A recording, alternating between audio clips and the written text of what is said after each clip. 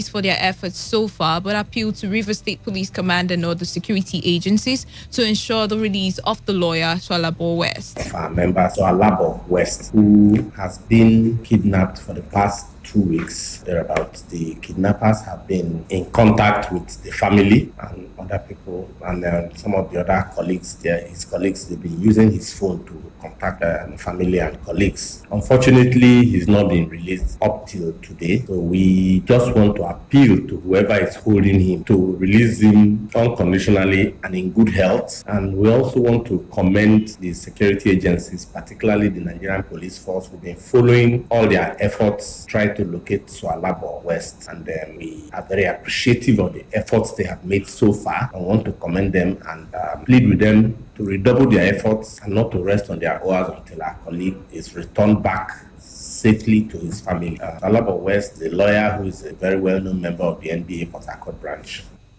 The Nigerian Senate has suspended all public hearing in the Senate starting from next week. The announcement was made by Senate President Ahmed Lawan, who said while public hearing is suspended until further notice, plenary will continue. The Senate President also announced the closure of its gallery, where newsmen and members of the public sit to observe proceedings. Lawan said the decision is part of Senate's decision as part of their measures against the spread of coronavirus. Meeting between the 36 states and federal government over how to share the monthly allocation for the month of February has stalled. This is because of the Federation Account Allocation Committee meeting ended in a stalemate. The meeting, which was presided over by the Minister of Finance, Budget and National Planning, Zainab Ahmed, and attended by the Commissioners of Finance from the 36 states of the Federation, ended in a stalemate because the committee could not agree on the amount presented for sharing by the revenue-generating agencies. It will interest you to know that the bulk of the revenue that comes into the Federation account for sharing by the three tiers of government is from crude oil sale, whose value has now dropped from over $65 to less than $30 per barrel. On the foreign scene, Britain has announced that it would be closing schools in the coming days to stem the spread of coronavirus as the death toll topped 100 and Londoners brace for tougher measures to tackle the outbreak. Prime Minister Boris Johnson had held off following the lead of other European countries in shutting schools because of the impact it would have on the workforce. But as the outbreak spreads and the death toll reached 104, up from 71 in one day, Johnson said schools will be closed indefinitely later this week. The action, however, provided exceptions for key workers, including healthcare staff, police and delivery drivers, and for the most vulnerable children.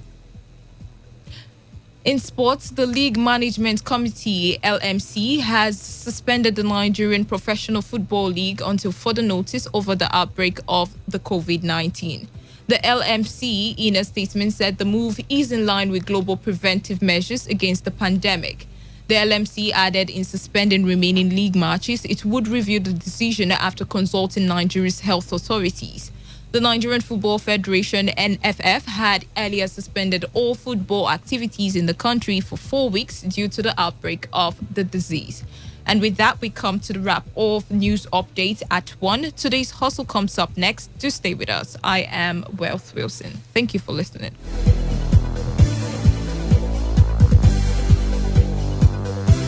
Today's news, today's entertainment, today's sports, today's issues. Today on Today95.1 FM, Port Harcourt. Have you heard that coronavirus has been confirmed in Nigeria? My brother, don't panic. The Federal Ministry of Health and Nigeria Center for Disease Control have advised that everyone should do the following to stay safe. Tell me. Wash your hands regularly with soap under running water. Use hand sanitizer if there is no water. Cover mouth with bent elbow or tissue when you cough or sneeze. Dispose the used tissue and wash your hands immediately. Avoid touching eyes, nose, mouth with unwashed hands. Clean and disinfect frequently touched objects and surfaces such as door locks, tables, and chairs. Avoid close contact with sick persons or anybody coughing or sneezing. Please, Mary, what are the symptoms of coronavirus? Any person infected with coronavirus can have fever, cough, difficulty in breathing, and shortness of breath. Don't panic. Coronavirus is preventable. If you have traveled to any country with reported local or community transmission, stay indoors and away from people for 14 days. If you develop any of the symptoms mentioned above, call the Nigeria Center for Disease Control NCDC toll-free line 0800-9700-0010. Share information about coronavirus only from verified sources like the Federal Ministry of Health, the Nigeria Center for Disease Control, and the World Health Organization WHO. This message is from the Nigeria Center for Disease Control NCDC, the Federal Ministry of Health, and partners.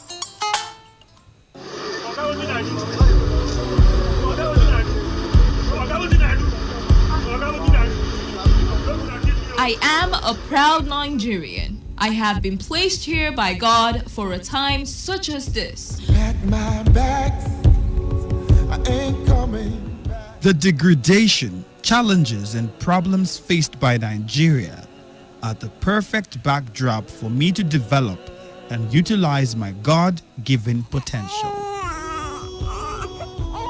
I will not complain. I will not criticize. Rather, I will use my skills, gifts, relationships, and experience to find long-lasting and revolutionary solutions to the many challenges confronting Nigeria.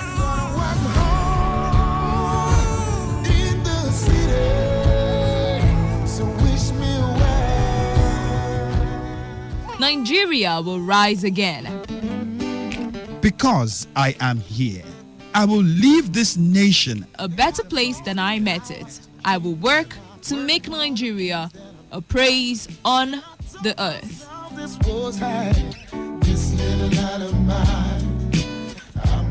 I will work to make Nigeria a praise on the earth. So help me God.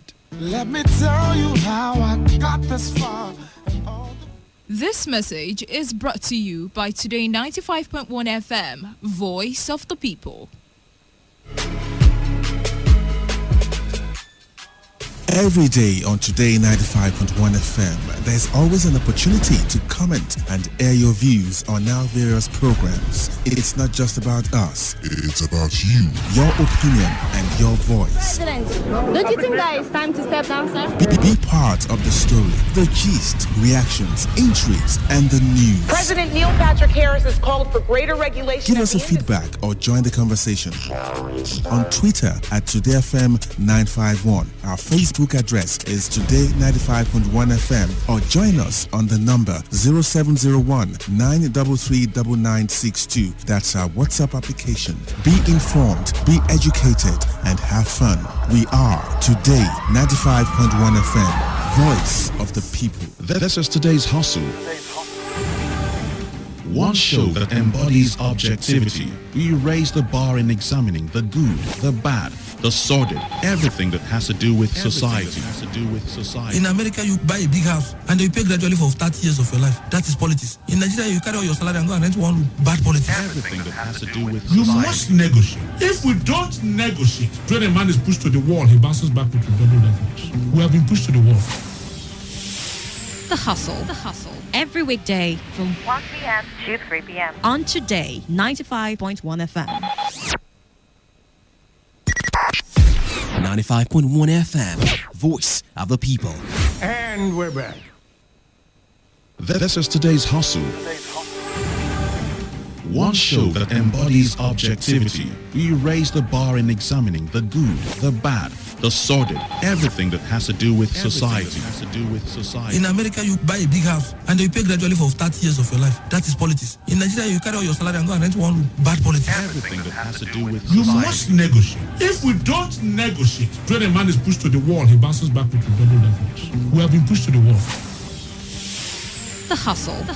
Every weekday from 1 p.m. to 3 p.m. on Today 95.1 FM.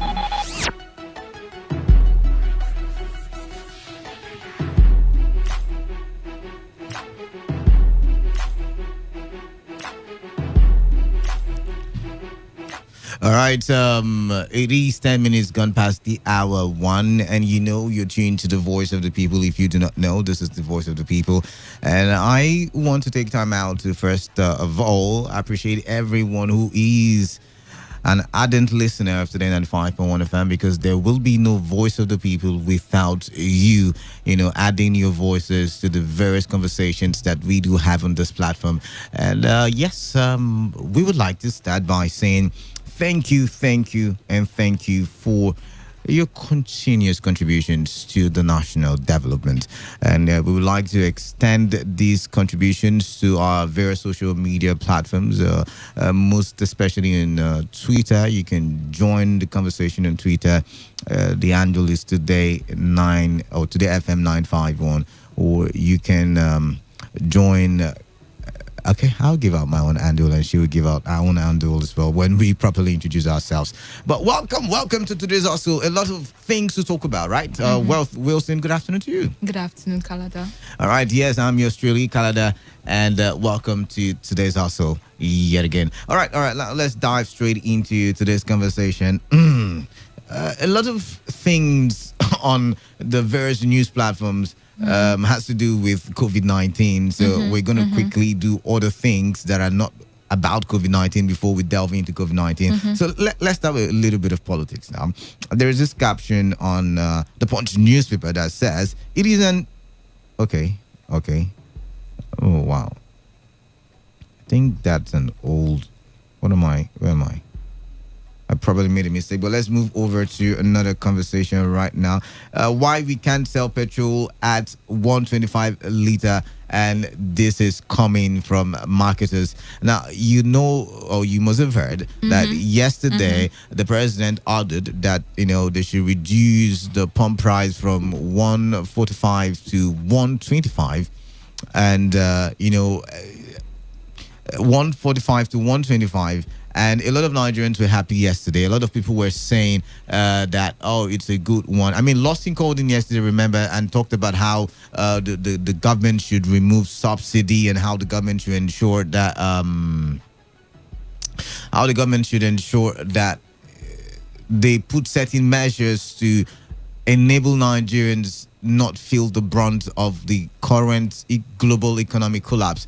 And, it looked as if the government listened, and not too long after, they reduced the pump price to 125. The NNPC's boss, that's the GM, quickly went ahead and did a press conference and said that as at today, that all NNPC fuel stations or petrol stations will reduce pump prices or pump price to 125. But now we're having this report that says that we cannot reduce the pump price to 125, and their major reason is because they bought their stock at the former price before the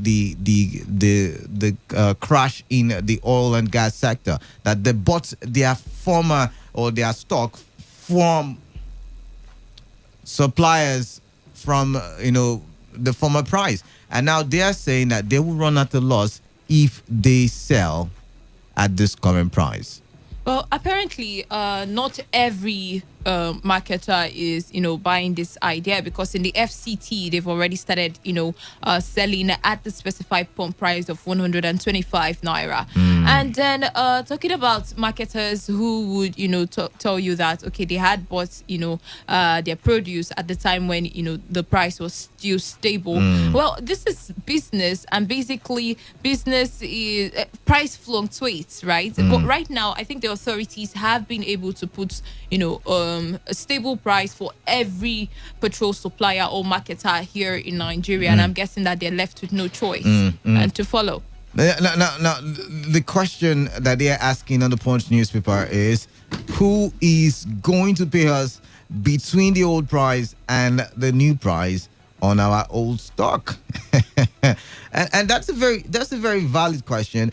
But I am more interested, and I'm going to push this a little bit further. I'm going to ask a question. Will this reflect in the prices of goods and services in the country, because people will tell you, oh, they increased fuel price, so we're going to increase the prices of our goods and services. But now we're seeing a reduction in fuel price. Are we going to see them reduce their prices? I mean, prices of goods and services in the marketplace? Well, if I am to answer that question, I would first of all, answer from the perspective of, the currency they use in purchasing those goods, especially the ones that we don't manufacture here. So if you're getting it at a higher price, from the international or, export body, then I'm guessing that the prices would see a reduction inwardly. But then for the petroleum suppliers and marketers here in Nigeria, I mean, Nigeria is also crying out that our federal budget would have to be, cut down. Who is going to pay the federal government for the loss they would make in that one? So everybody's got to make sacrifices. It's as simple as it sounds. Did you say it's as simple as it sounds? I cannot afford to sacrifice right now. No, I can't afford to sacrifice right now, on a very serious note. So it's not as simple as it sounds. But let's move over to this other conversation where it says U.S. report indicts Nigeria for rights abuse and killings. Now, there's a reason why I want us to talk about this, because remember the other U.S. report that said elections were marred by irregularities like security intimidation of voters. Remember that other report we talked about not too long ago.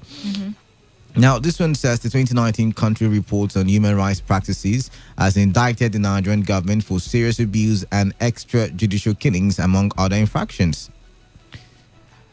The report released by the U.S. Department of State and made available to The Guardian yesterday, however, noted that the re-election of President Muhammadu Buhari in February 2019 was generally credible. I need us to underline that now. Was generally credible despite logistical challenges, localized violence, and some irregularities. Who is publishing this particular report? According to The Guardian, it was released by the U.S. Department of State and made available to The Guardian yesterday. Which international body published the one of I don't know. It came from the U.S. Okay. All I know, it came from the U.S. You know what? I think it's about that time we tell them, if you're going to confuse us, then stay away so you agree from with me our now? national problem. You agree with me now? Mind your business, and right? the thing is, I mean, it's quite contradicting, right? Having to first of all release, an update and observational report about, violence in our election, especially the last election, which they pinpointed and everything. And now they are saying, what's the new one now? That it was generally credible. Okay. I'm wondering if it's me who don't understand the word credible, or these people are just trying to contradict things. Contradict themselves, right? But they went ahead to talk about Boko Haram, discrimination against the LGBTI, people. They went ahead to talk about other things, but my concentration is on that very one where they say the elections were generally credible after coming out not too long ago. I mean, it's not been up to 1 week when they said that the security agencies intimidated voters. And I mean, look at us now. And I remember arguing. It wasn't long ago. I remember it was on Monday. I remember arguing, and Bolu was in the studio, and I said, see, they should mind their business. But look at we now. Look at we now. Let's move on to another conversation. Now, I do hear that there is a meeting between the 36 states and the federal government over how to share the monthly allocation for the month of February. And the meeting has stalled. Now, this is because the federal or the Federation Account Allocation Committee meeting ended in a stalemate.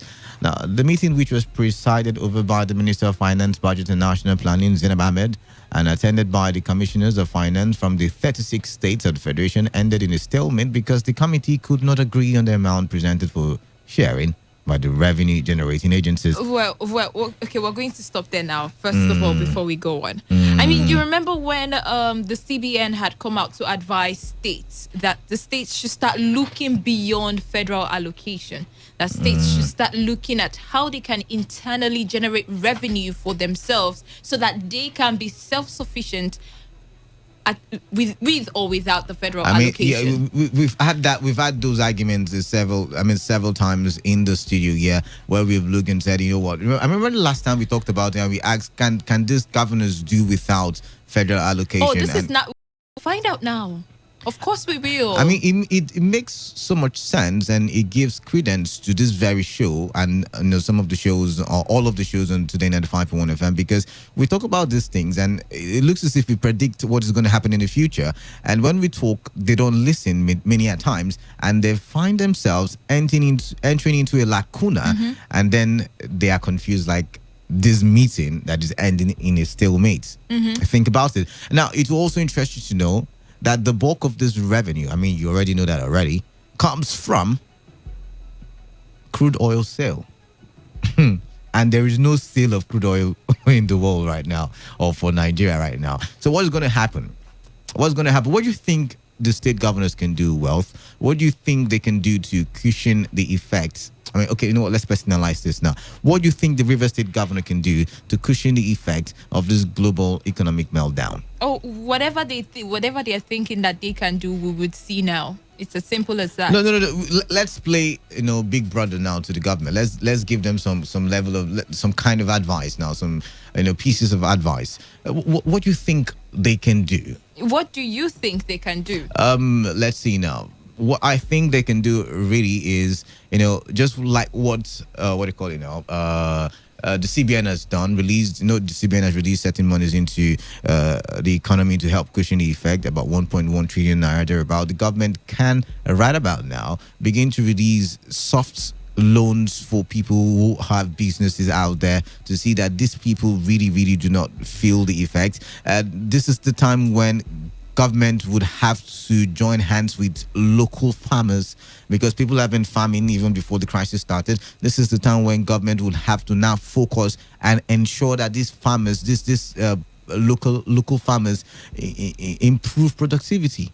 Well, I think right now the best thing that states can do is, if they had followed the advice of the CBN at the time, who had said that they should save some money, states' monies, save some percentages for days when, there would be issues. So if they had taken that advice, they'll probably have, something to fall back on now. Well, they did not. You and I know they did not. If they did not take the advice, I feel coming in now at the time when the federal allocation would no longer be the way it used to be. I mean, because of this, current situation. Then I'm guessing that there's little or nothing that they can do that would yield so much results immediately. So apparently everything that they would have to do would be in a long term. That's when they will start seeing results, which they would have done a longer time before, so that at the time like this, they would be reaping the dividends of the truth is proactiveness. The truth is, well, we are in a state of emergency.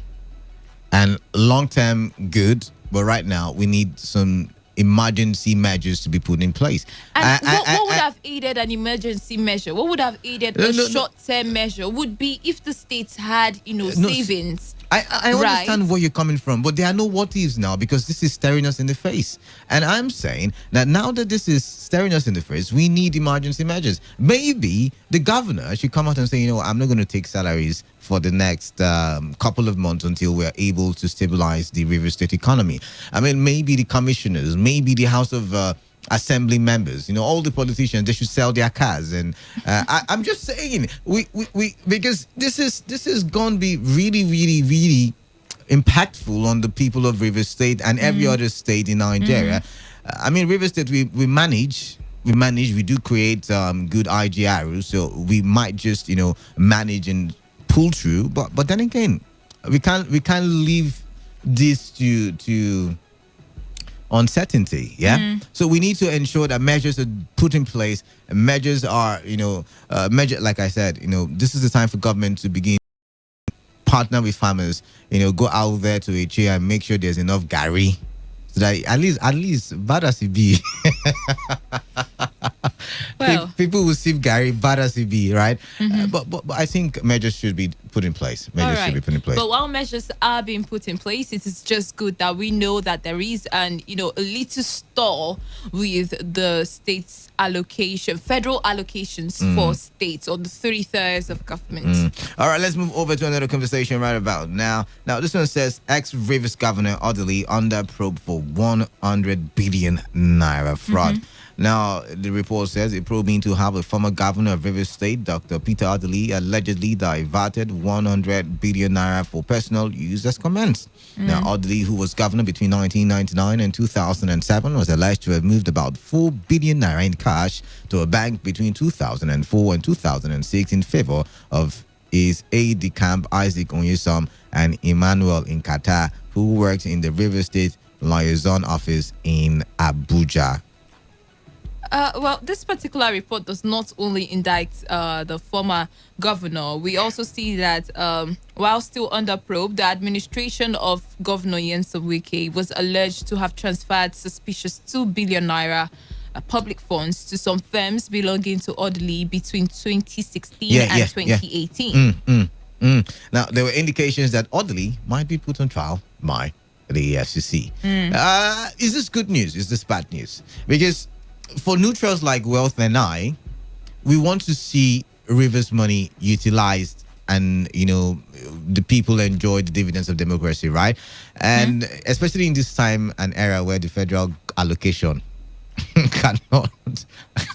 I'm sorry, I'm laughing.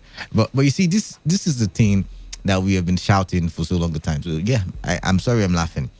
Yeah, you're asking if we see this happening, right? No, I'm sorry I'm laughing that the allocation is not coming as it should come.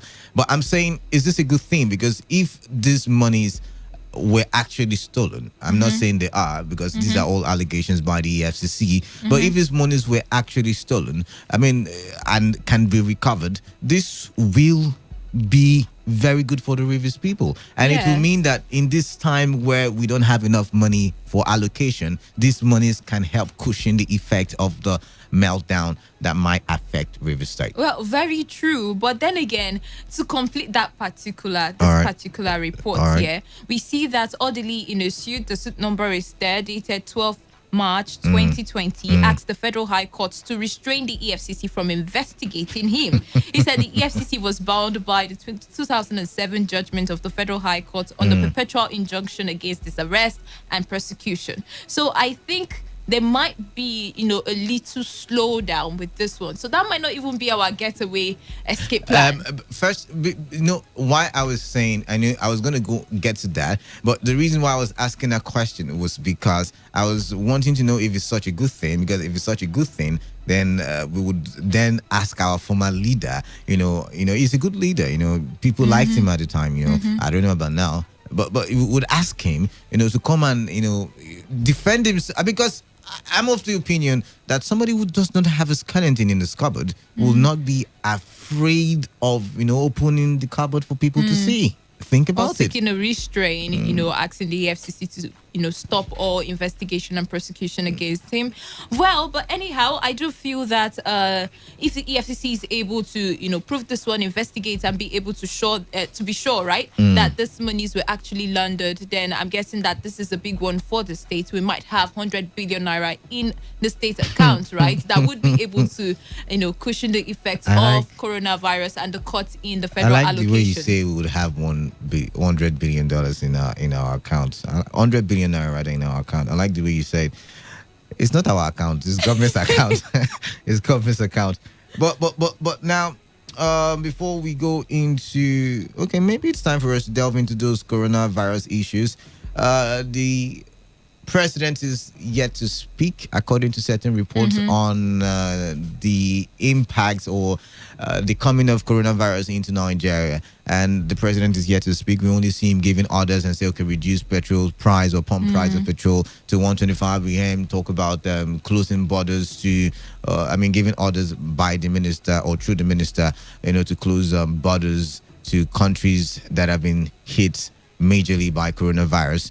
But we've not really had him come out to say, hey, address guys, the nation, to reduce the panic, right, and make sure that there's no chaos in the state. Apart from one time when we heard that malaria kills more than coronavirus. I did see something on Twitter, with people addressing this particular issue, because it was trending. A lot of people asking questions why the president hasn't come to address the nation with regards to the pandemic. And somebody said, maybe the president is also self-isolating. Just maybe. But he's not. I saw him on TV attending attending. It was just a playful speculation and all of that. But then I do feel that the president owes it to the people, right? Really? Yes. What difference does it make? I mean, all he has to do is come out, address the people. He is the father of the nation. He Sorry. comes out, address the nation. Hold on. He comes out. He's the president. He comes out, address the nation, and sees how he can ease the panic in the hearts of people. All right. So it's nothing. It's not too much to ask for. We see all that presidents do that. You know, Nigerians are stubborn. I mean, tell them to be hygienic, they still will not be hygienic. So in his mind, he might be saying, "What's the need? What me? Why should it's I?" Not like they listen. It's not like they listen anyway. But you see, on this very issue, on the Vanguard, NAS asked federal government to ban. Is it this one? Yes.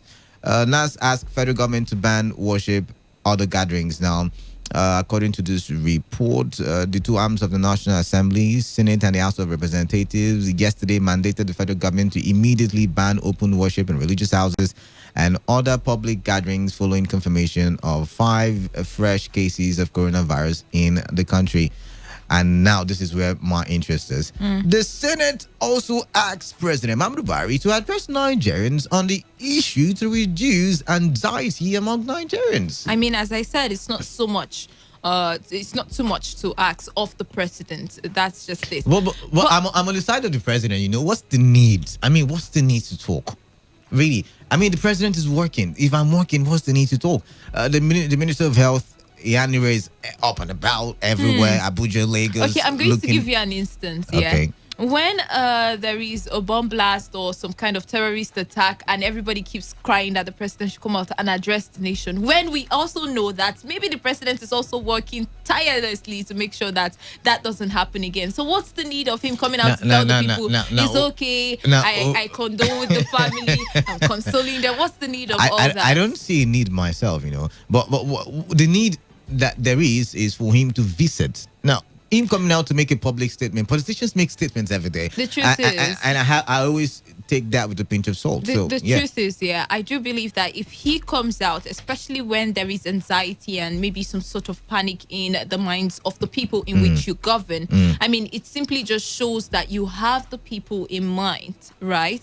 So that way, it shows that let me there ask you a question. You asked me a question. Let me ask you a question now. So now, the president working, you know, behind the scene, making sure that Nigeria is putting the right measures, you know, to fight coronavirus, you know, making sure people don't contact it or the spread is not the spread isn't fast and all of that.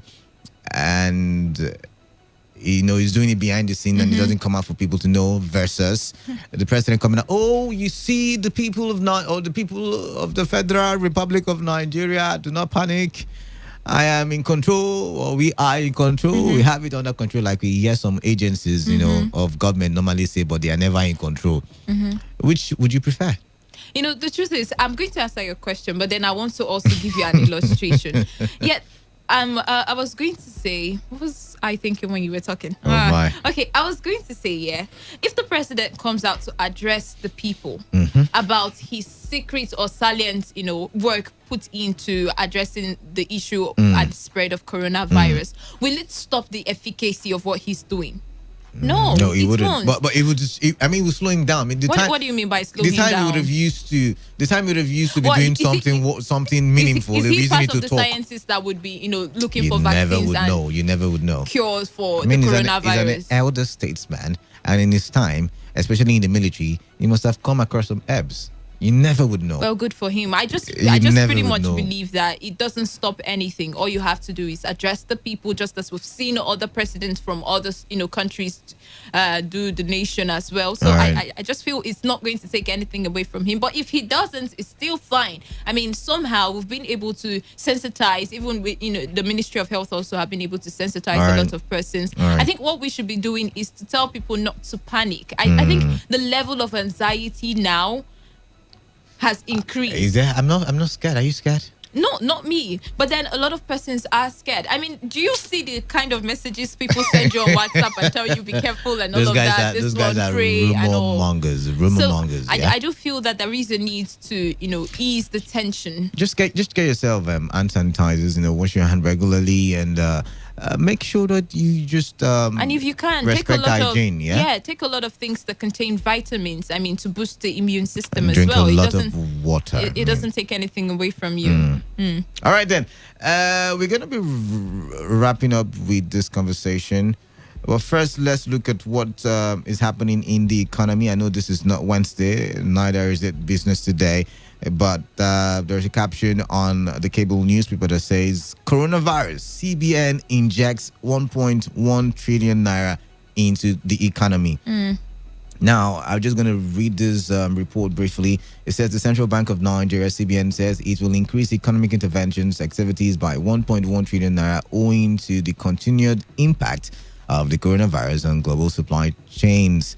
This is contained in a statement signed by Godwin Emefiele as CBN governor in Abuja on Wednesday. That's yesterday. Now, Emefiele explained that the bank would increase its intervention in boosting local manufacturing for import substitution by another 1 trillion naira across all critical sectors of the economy. It said the management of the CBN would meet with the bankers committee on Saturday to work out the modalities. I mean, it's similar to what I said government or the governors, the state governors should do as well, boost the agricultural sector in your various, I mean, it will come to a time where I see a lot of people, at home, they'll be shut down of schools, shut down of what do you call it now? Shut down of gatherings in general. Lagos is already shutting it down. So I'm getting to that point, or I'm seeing us getting to that point where there will be a shutdown of a lot of things, and what would be left would just be food supply. And so maybe if the state governors can actually go out there and boost agriculture in their various, every state locally manufactures something. So if they can do what the CBN governor has done, boost manufacturing in their individual states, then maybe we just might survive this.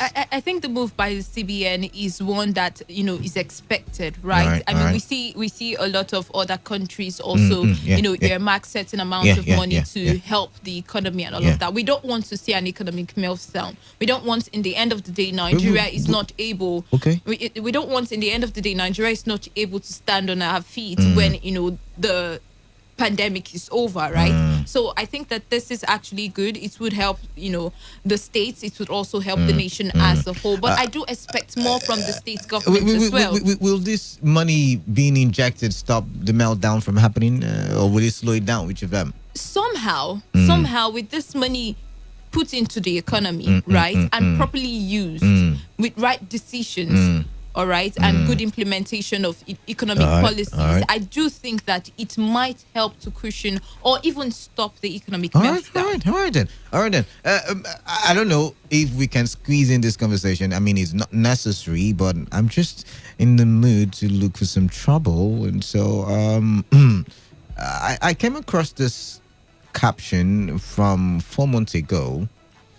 It's on the Bayelsa state election. Remember that very election that caused a lot of controversy? And the caption was, "It is an insult to say election held in Bayelsa state." And that was coming from Dixon. At that time, December, to be precise, December 2, APC had been declared winner of the election. They were going to take over the mandate of Bayelsa State. And the governor at the time had said, "It is an insult. It's an insult. How can you say election held?" Remember, PDP came out second at the time. Then they went to court. And then the court said the APC's deputy governor or governorship candidate did not have the right certification, right? And they were kicked out of office. And all of a sudden, oh, God has blessed PDP. But it's that same election that did not hold. That PDP came second and then eventually became first. Do you see the irony? Well, I just feel that politicians will always have something to say in the end of the day. For me, I mean, this is old news. It has been there a long time ago. I mean, that kind of speculation you would have expected a long time ago. So I don't see the need in. I'm just saying, I came across it, and I just wanted to squeeze it in, and I'm just like, wow, the double coloration of our politicians, you know, the double Just nature. double standards everywhere. Double standards. Anyways, let's go to the phone lines right about now. Wealth and Canada on today's hustle. And we have reeled out a lot of trending issues for your listening pleasure. Now it's time for you to call in and contribute and have your say in what we've said and have your views on the issues we've reviewed. 0817 000 0951 and 0810 951 951. Of course, your text messages and WhatsApp messages can go to the number 0701 933 9962 95.1 FM. Hello, good afternoon. Good afternoon to you. Yes, this is Jude calling from Transamari. All right, go on, Jude. Yes, based on what people have been discussing, saying that Ibrahim should come out and address people. Am I right? We mentioned it. Yes. We saw Goodluck Jonathan during Goodluck Jonathan time.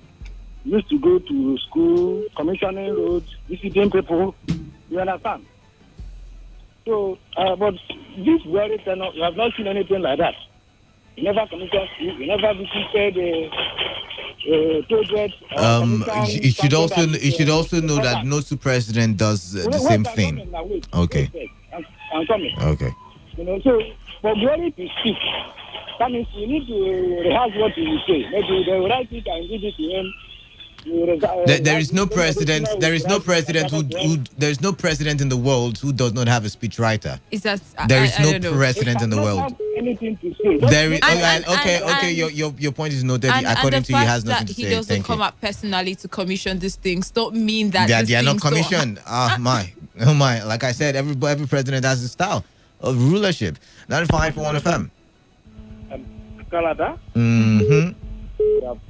Yeah, good afternoon, mascot. Well, good afternoon. Good afternoon. Canada. Honestly, the EFCC has become an institution of government. Sorry, I can't hear you. Did you say the Senate? The EFCC. Okay, the EFCC. All right, I see where you're going to. Considering the sudden investigation of Dr. Peter Otunaya-Odele. Dr. Odele, who is, as a person, my prime-in-law that married the first daughter of the first lawyer of Mbikela and the first lawyer, let us Barrister Biesu Ndenwa, who is the... So does that mean he's infallible? Does that mean that he should not be... Wait, me too, I am coming. Does that mean he should not be investigated or cannot be investigated? There is a standing court order of perpetual injunction since 2007. This order has not been vacated by the EFCC. EFCC should be an institution of law and order, an institution of the rule of law. Okay. I agree with you. See, we don't have time for long conversations today. I agree with you that there is an order of perpetual injunction restricting the EFCC. But let's look at it from this other angle. If Dr. Odili, like you have painted, is a man of good standing or good character, then maybe he should come out and defend this is good image, right? And show to the public that he does not have a skeleton in his cupboard. Just 1 point, Canada. Between 1999 and 2007, how much is the revenue base, both in federation account and the revenue of River State? That only one man could corner 100 billion. That is where you go defend it in court, and that's what I'm saying. Instead of allowing all of these allegations, hang over your head. But thank you nonetheless, mascot, for calling it. I mean, don't you agree with me? Instead of having all the allegations hang over your head, just go to court and say, see, these are my documents, these are my facts, and this is how I spend my money. Back to the phone lines. 95.1 FM. Yeah, this is Pastor. All right, Pastor Zaya, welcome. Yeah, great all of you here in the studio. Good afternoon. Good afternoon. You see, most times I feel that the judiciary or maybe the constitution of the law is giving some misgiving that is now causing controversies here and there. What constitution are you talking about? Okay. Did we talk about constitution? Yes.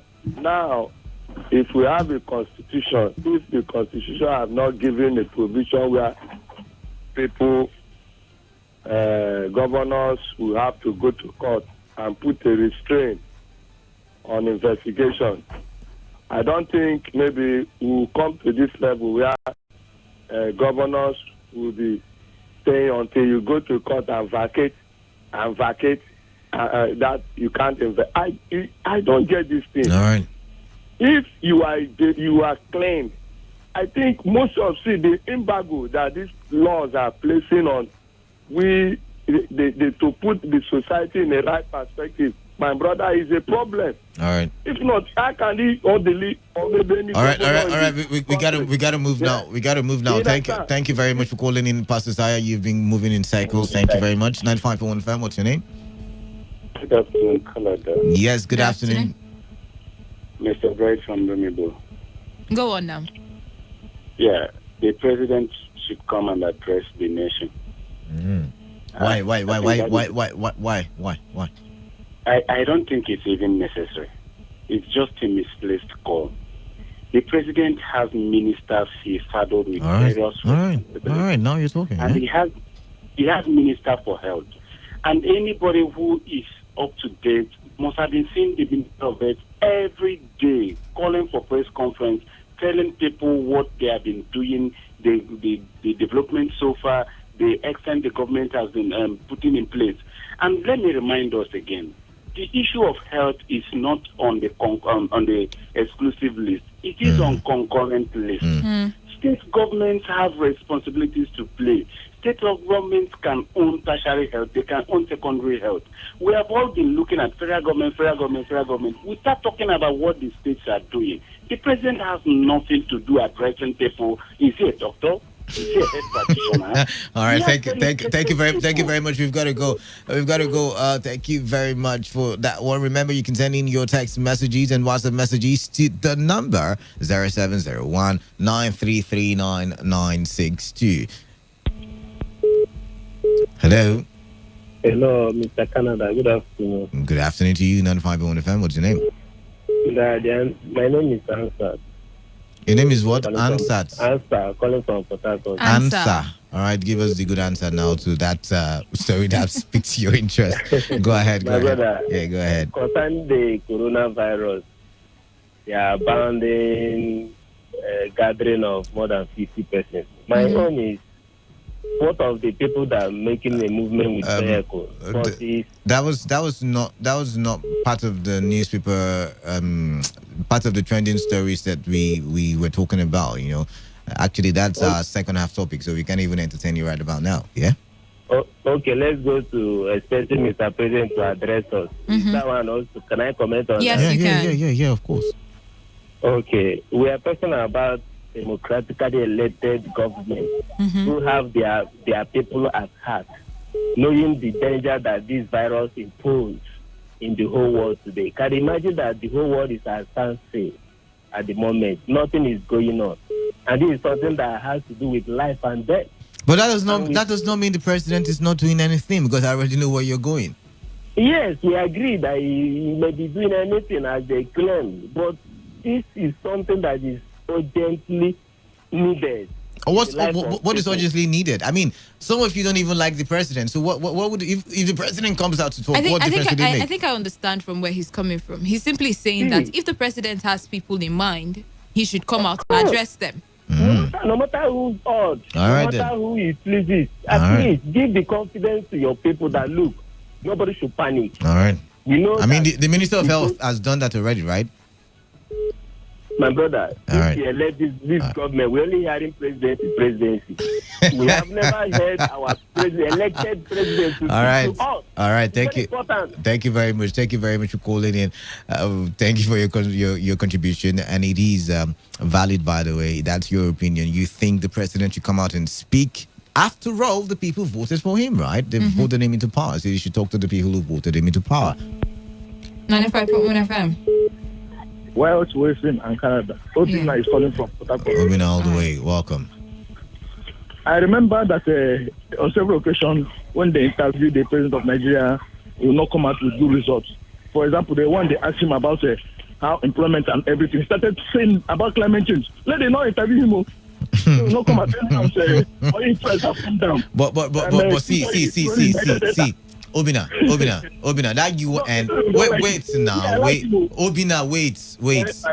That UN General Assembly meeting that you were talking about, what was the theme of that meeting? Yes, yeah. What was the theme of that meeting? What was the meeting all about? Was it not about climate change? It was about climate change. It was about climate change. They asked him about something else. What did they ask him? They asked him. They asked him what was the youth, what plan did he have for youth in his agenda, and he went ahead and talked. Wait, listen, now that's the problem. We're not saying the same thing. Now listen to that speech. Okay. Listen to that speech. Youths were involved in that speech because he said he was going to employ youths, and they were going to build trees, and they were going to help in the fight against whatever was changing the climate. I'm sorry. I'm sorry too. Because maybe you want to confuse me. I don't see. I'm not seeing it again. I'm trying to confuse you. All right, then. Thank you.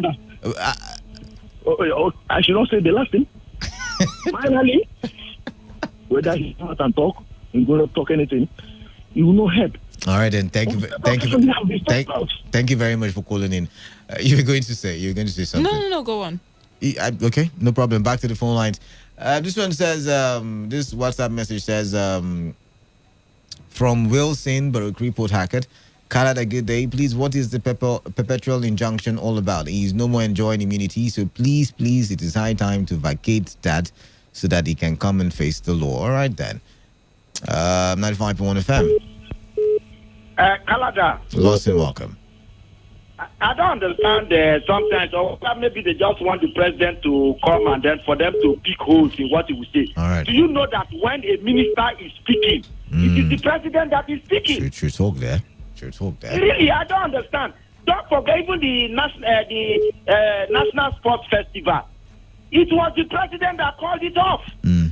After having a meeting with the Minister of Health, and then the Minister of Health was also the NYC orientation program. Yeah, as well. People out of the NYC. So I don't understand why somebody had earlier called. When you talk of the health set, it's in concurrent list.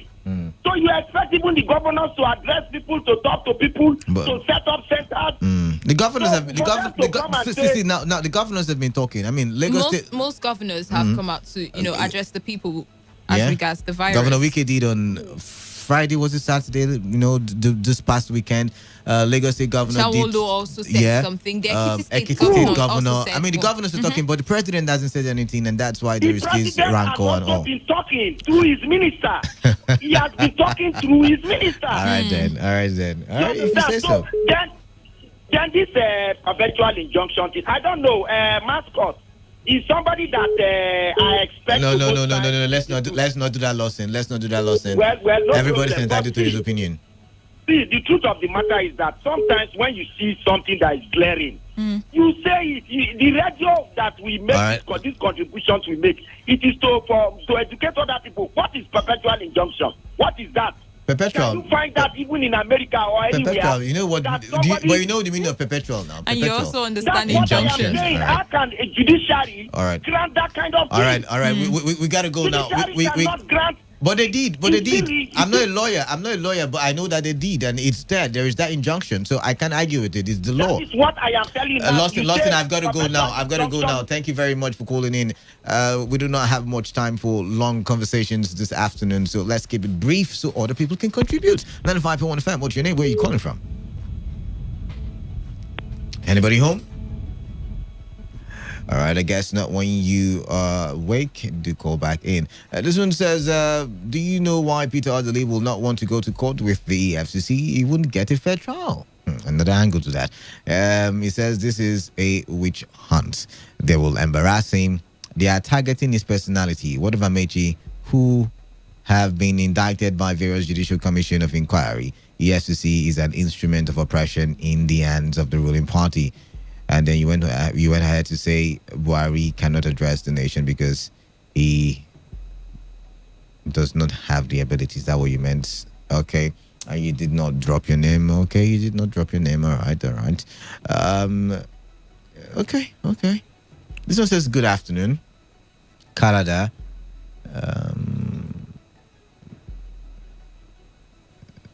I am Ogolo's Cake from Igruta, Port Harcourt, concerning the former governor, Sapita Adli. If he is guilty, let the law punish him without minding that his wife is a justice in Nigeria. All right. People and their contributions. Back to the phone lines. I lost those calls. Do call back in and let's have that conversation. Now going to the WhatsApp message portal. This one says, today the president don't have to talk, but these same people want to kill Wike for not speaking about Chima's case. Hypocrites. Chimenem Iyeche. Wow, I didn't see that coming. 95.1 FM. What's your name and where you calling from? Yeah. Yes, good. I called back. You cut me off. I said your time is up. Sorry, I've got to go to another caller. 95.1 FM. I lost that one. Your time is up. I'm sorry. We've got to give room for every other person to, converse on these issues that we've raised on the show. 95.1 FM. What's your name? Where are you calling from? Boniface calling from Echie. Boniface, please be brief with your contribution then. Yeah, on the issue of immediate remediation to the economy now. I don't think that the states have much to do. Really? Because they never planned it. Okay. They never planned it. All right. It's better these things happen so that the state can come back and think. Even the local government can think what to do in the future, how to be self-reliant. Boniface. Yes. If you're asking the state governments to learn their lesson, it's not the state governments that will suffer, because remember, they will be receiving their huge salaries and jumbo pays. It is you and I, the people, that will suffer. That is true. So what they have to do now is that they should plan to cut down the amount of money paid to politicians who are doing nothing. All right. They should focus more on at least paying the civil servants. All right. And see the necessary things they will do in terms of health facilities in the state in order to curb the incidence of this particular virus. Okay. Thank you. Thank you very much for calling in. 95.1 FM. Hello, good afternoon, Uncle Kalada. Good afternoon. Good afternoon to you. Yes, this is Augustine calling from Port Harcourt. All the way. All right, welcome then. I want to concern about our president to talk to people. For example, me, I'm very, very interested as a leader. You need to talk to his people. I do not vote for Femi Adesina. I do not vote for Garabashew. As our father, we call it our father, number one citizen in this country. When this kind of issue happens, you're supposed to show and address people. Right. See, if you watch United States of America, in a week the president will come out and call press conference. But every president does not act in the same manner. That's what I'm saying. Look, Canada, I want to know whether this is the right way as a leader, as a president. He has delegated his authority to people to act on his behalf. So what? It's not the right way, because we do not vote those people. We vote for our president, President Muhammad Buhari. So sometimes you need to come out and talk to his people. People will know. Even God sends prophets. Even God sends prophets. You can remember the rumors that have gone before. But this kind of a thing, when this kind of thing is happening like this, people will look somehow like maybe this thing is true or not. But I will not say, but you understand. And hello again, I want to talk. There's no time. We've got to go now. Thank you very much for being a part of the show. 95.1 FM. What's your name? Where are you calling from? Yeah, good afternoon. My name is Engineer Victor. All right, Engineer Victor, welcome on the show. Canada, please. I just want to chip in a very quickly. There's no time. Yeah, quickly. Yeah, Canada, you are a good journalist, but allow people to flee. Please, okay. Your radio station. All right. This is not the way Andrew is saying handle it. All right, and just like we just said, I'm not Andrew, but thank you very much for calling in. And that's too much we can take on the show. Thank you very much. We have to go for the news update at 2. When we return, today's hustle continues. Good afternoon.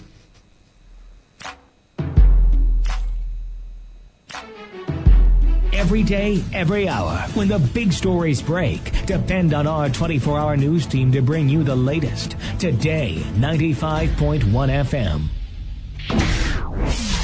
Today, 95.1 FM. Port Harcourt.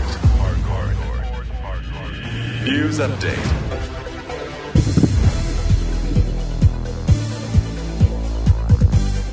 All right, good afternoon. Here is the news update at 2 on Today 95.1 FM. I am Kala Dakaribatbo. Despite a 2007 Federal High Court order restraining the anti-graft agencies from investigating any past and present official of the Rivers State government, a fact sheet of the Economic and Financial Crimes Commission exposing alleged corrupt practices of former Governor Peter Adderley is now in the public domain. The fact sheet reveals that the FCC has commenced a probe into how Sir Peter Adderley allegedly diverted 100 billion naira for personal use. The FCC in its report alleged that 1.5 billion naira out of the amount was used by the ex-governor to obtain a doctorate degree and naming of a hall after him in Lincoln University, USA.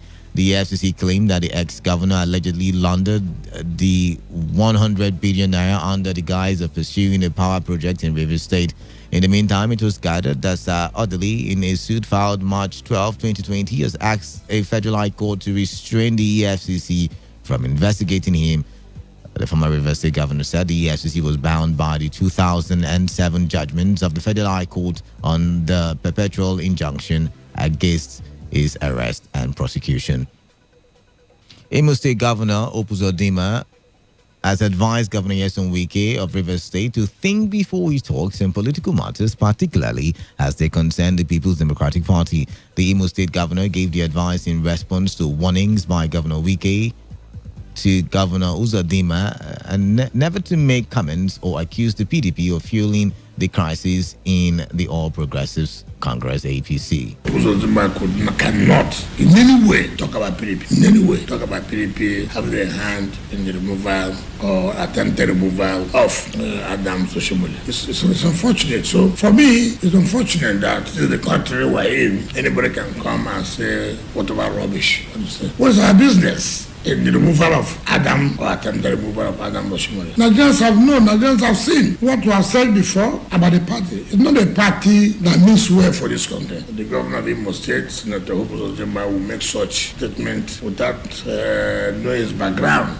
And I want to let him know that if he dares to say further about PDP, then PDP will tell him whom he is. This should be the last time that Opuzodinma will dare open his mouth to talk against PDP. If anybody will talk about PDP, it cannot be Senator Opuzodinma, and let him stop for the last time. If he dares it again, you will see our reactions, and we'll tell the world whom he is. Reacting to Governor Wike's comments, Uzodinma said he had no regrets over his comments, berating the PDP of being behind the plots to remove the national chairman of the All Progressives Congress, Adam Soshomole. He said it is not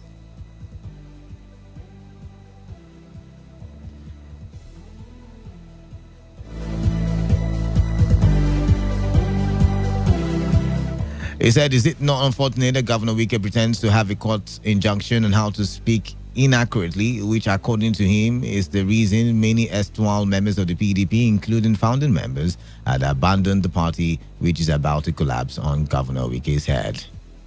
Meanwhile, the People's Democratic Party has described the All Progressives Congress as a coven of treasury looters and a fizzling political platform facing extinction.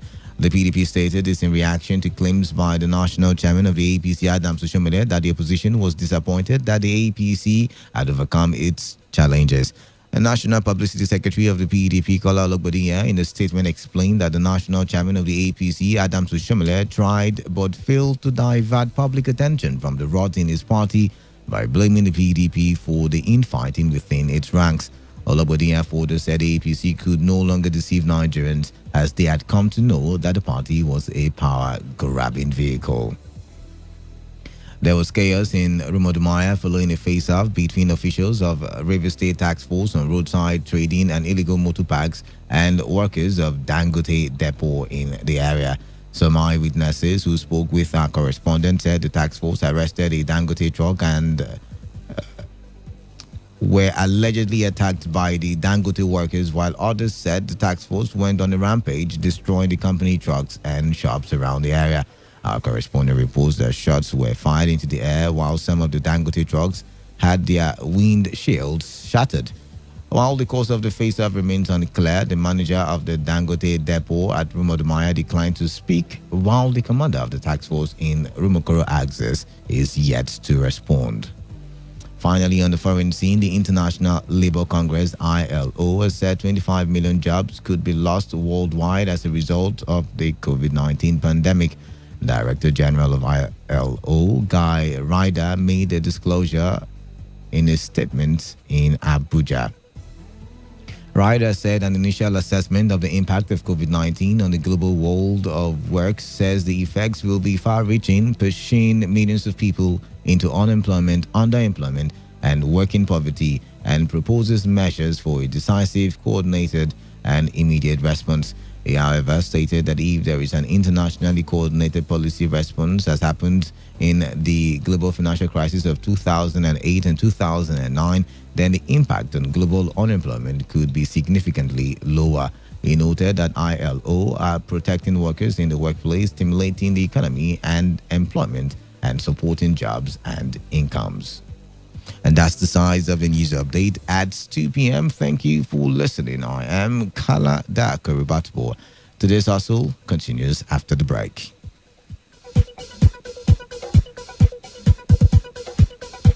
Today's news, today's entertainment, today's sports, today's issues. Today on Today 95.1 FM, Port Harcourt. Talk radio. I listen to a lot of talk radio. 95.1 FM.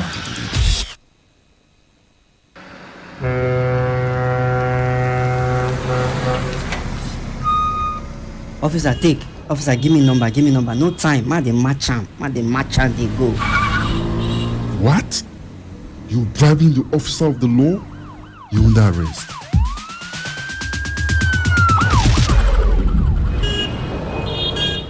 Let me see your papers.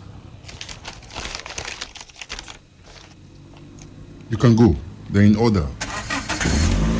Drive safe, okay? I don't understand though. No be the same country again. Officer reject bribe. They arrest me yesterday. That yesterday, I go do my papers. See as I pass now. I pass without fear.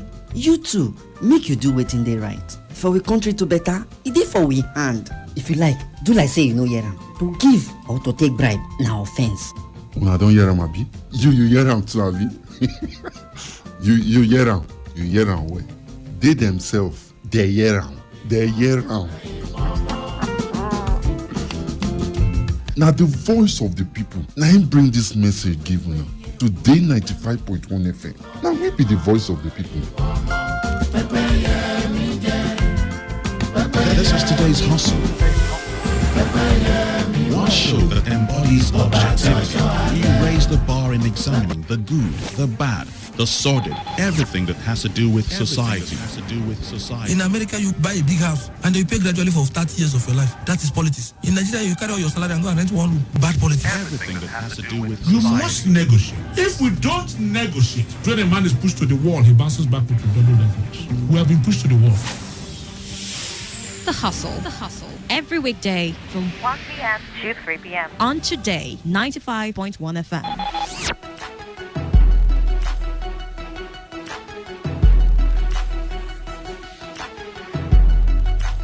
All right, good afternoon to you once again. 8 minutes gone into the hour 2, and it is time for us to continue conversations here in the studio. You know what we say, we talk and talk for the development of our country, Nigeria. Now, this conversation is going to be very, very interesting, I promise you.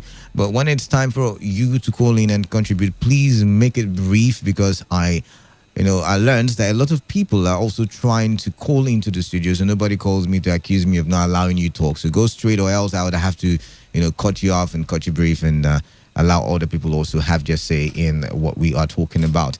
Good afternoon to you once again.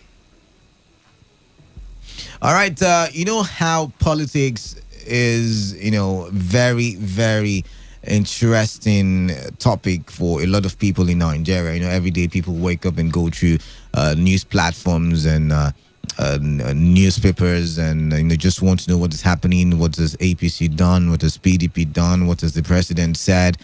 What has the governor said? A lot of people do that a lot. Religion is also just as important, right?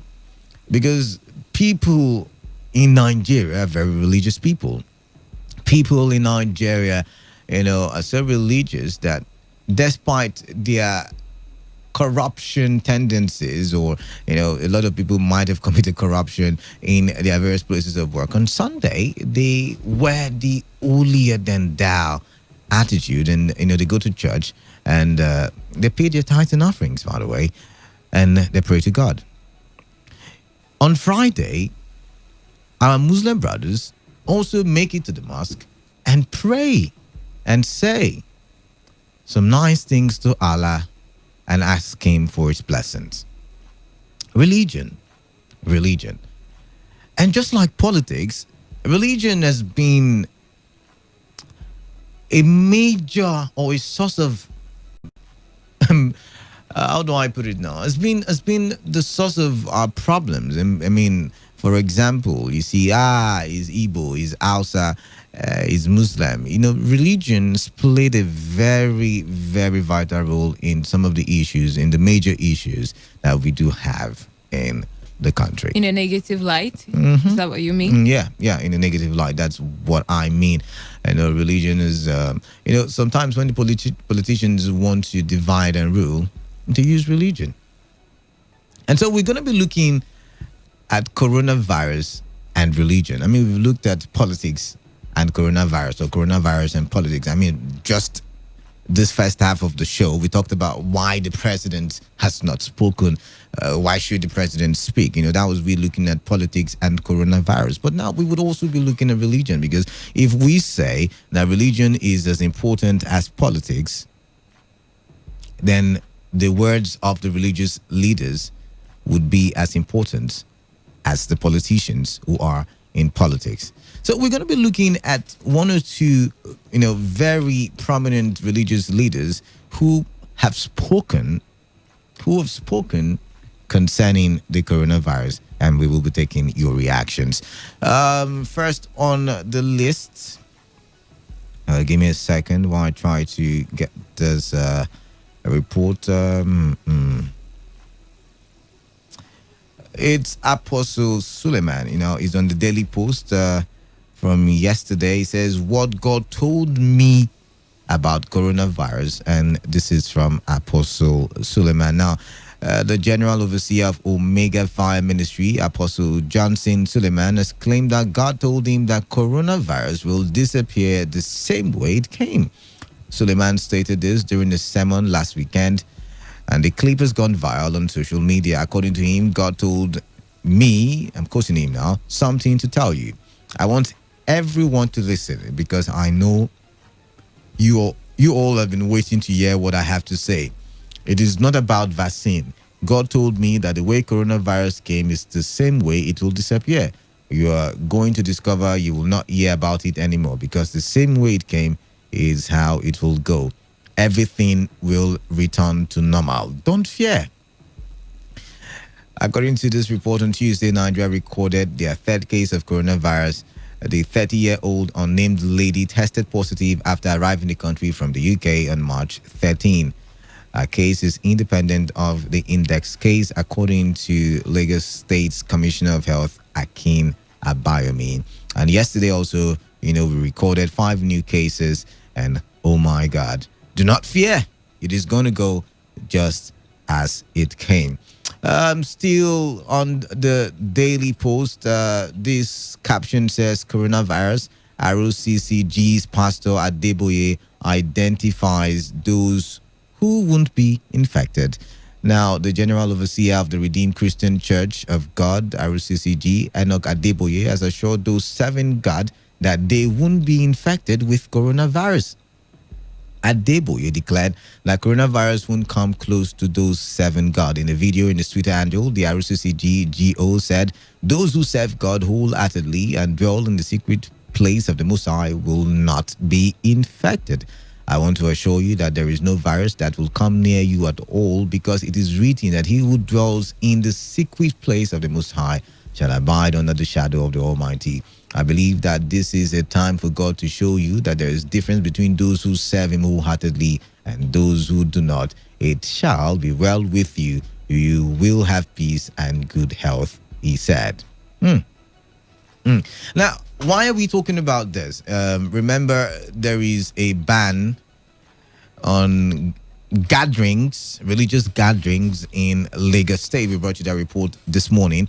There is a ban on religious gatherings in Lagos State. I beg your pardon. In the Northeast region, the governors have, agreed within themselves to shut down schools. And there is the probability that other state governments will take suit and begin to shut down religious centers and gatherings and marketplaces and schools. And the question that we want to ask this afternoon is, the messages from these pastors, does it inspire their members, or what does it make their members unprepared for the coronavirus outbreak in Nigeria? That's one of the questions we want to ask this afternoon. I mean, think of it from that angle. Does it inspire, or does it make their members unprepared for the outbreak of the virus in Nigeria? Now, it's been predicted, there's the prediction that there might be an outbreak in Nigeria. 8 cases so far, according to the Ministry of Health. 8 cases so far in Nigeria. Like I said, is this message inspiring? I mean, we like to take inspiring messages from our pastors every Sunday. Or is this message inspiring, or does it leave these members, unprepared, going out there and saying, I have faith, God is going to protect me, while they don't really pay so much attention to hygiene? Well, really, a lot of people believe in what their religious leaders will tell them. A lot of people believe that basically religion is the opium of the people. It has a way of nullifying panic and anxiety in the hearts of everybody, whether Christian or Muslim. And then having religious leaders try to, probably give prophecies and speak into existence the extinction of the coronavirus in Nigeria. Somehow, if you look at it from the psychological perspective, especially for a believer who really takes, religion to heart, you would see that it has a way of probably nullifying fear. It has a way of nullifying or making numb the anxiety that one would originally have towards a particular thing. And I'm guessing that that's the advantage of having people really believe in, the religion and their religious leaders and prophecies and all of that. But then again, I think we've gotten to the point in the world where people get to understand that heaven helps those who help themselves, right? While you're praying and hoping that God is going to make sure that since you're his child, you probably won't have the coronavirus, or since you believe in Allah, you won't have the coronavirus virus, then you should also be sure to, maintain good hygiene. And I'm guessing that half the time I would expect religious leaders, while giving the prophecies, also advise their followership that this is how you're going to go about this. While you're praying, make sure you wash your hands, make sure you keep your environment clean, make sure you maintain the procedure for social distancing, make sure you take vitamins that would boost your immune system and all of those. This is one of the ways that you should also encourage your followership. I get the point that God wouldn't want you as a believer to suffer, but then again, heaven, as they say, help those who help themselves. It's not in the Bible. So the thing is, is, that's what they say. It's is it an analogy, or I just know it's an adage that people say. I didn't say it was in the Bible. Okay, right? So I think that, as I have stated, it is very important that the religious leaders also talk to their followership about safety procedures and all of that. Let's take this up a notch. Now, like I said, there's going to be the ban on large gatherings in Lagos, for example, and one is wondering, when this eventually extends to things or gatherings like marketplaces, what happens to Nigeria as a country? Are we ready? Are we ready for this kind of life where everybody's indoor? Our delivery system is not up to standard like we see in the rest of the world, where maybe you want tomatoes, you want bitter leaf, for instance, it can be delivered to your doorstep, and that is the problem that might occur if we eventually get to that point. I pray we don't. I pray it does not exceed 8 cases like we do have now. But what if it does? Are we prepared? I mean, are we prepared for shutting down of marketplaces? Are we really ready for such a lifestyle? Well, I think where the question is how much sensitization is people getting on the coronavirus. I mean, I just recently saw on Twitter that there is a unification rally in Oyo State held by the PDP, and then you would ask yourself, is this in the same season when people are trying to make sure that there's no gathering of people more than 15 persons in a particular place, where some people are even shutting down schools, other persons are saying they're going to shut down religious gathering centers, so that you don't have a quick spread, or people get to maintain the isolation procedure and all of that. So the thing is, how much sensitization are we getting as a nation? All right. Are we sending this message to people in the rural communities? How many of them even understand what coronavirus is all about? I mean, some of them just barely some of them would go to church and hear the pastor talk about it and don't even know what it is. And the pastor will be talking about it as some kind of demonic thing sent from the pit of hell. And they don't even really understand what it is. And some of them, also for our Muslim brothers, most of them would even go to the mosques, and maybe the imam would make mention of it and probably would not properly elucidate on what it's all about, right? And they go home thinking that, okay, this one that the imam or pastor have, casted this one out of my life, so probably the Lord takes control over that one. So how much sensitization and education are we getting outside religious centers that would just tell you that God would, find a way to evade or make you evade this particular virus? While we're talking about how much information is out there, remember to keep your hygiene upstanding. Wash your hands regularly. Make sure that you take your bath regularly. Drink a lot of water. And eat properly, so your immune system can be up and running as well. I'm just saying, I'm not a doctor, but I'm just giving you the little information that I have. So what do you make of what the religious leaders have said? Like I said, earlier, religion is just as important as politics, and like Wealth stated, for so many people in Nigeria, religion is an opium. And these statements by these two popular pastors, does it give room for proper preparations by the people in their churches, or does it make them feel, oh, God is going to take control? See, I don't know. I can't remember the exact day, but I know I did go to the market. And somehow I was asking the woman, Ma, do you wash your hand and all of that? I mean, have you not heard of the virus? She say, hey, the one where I don't pray for. Because the pastors, And then ask yourself, I mean, is this all we're going to do? We're all just going to pray. I mean, right? I mean, if our pastors are going to tell us that God is going to help us, at least they should also tell us that, see, while we're waiting for God to help us, or while we believe that God is going to help us, please wash your hand.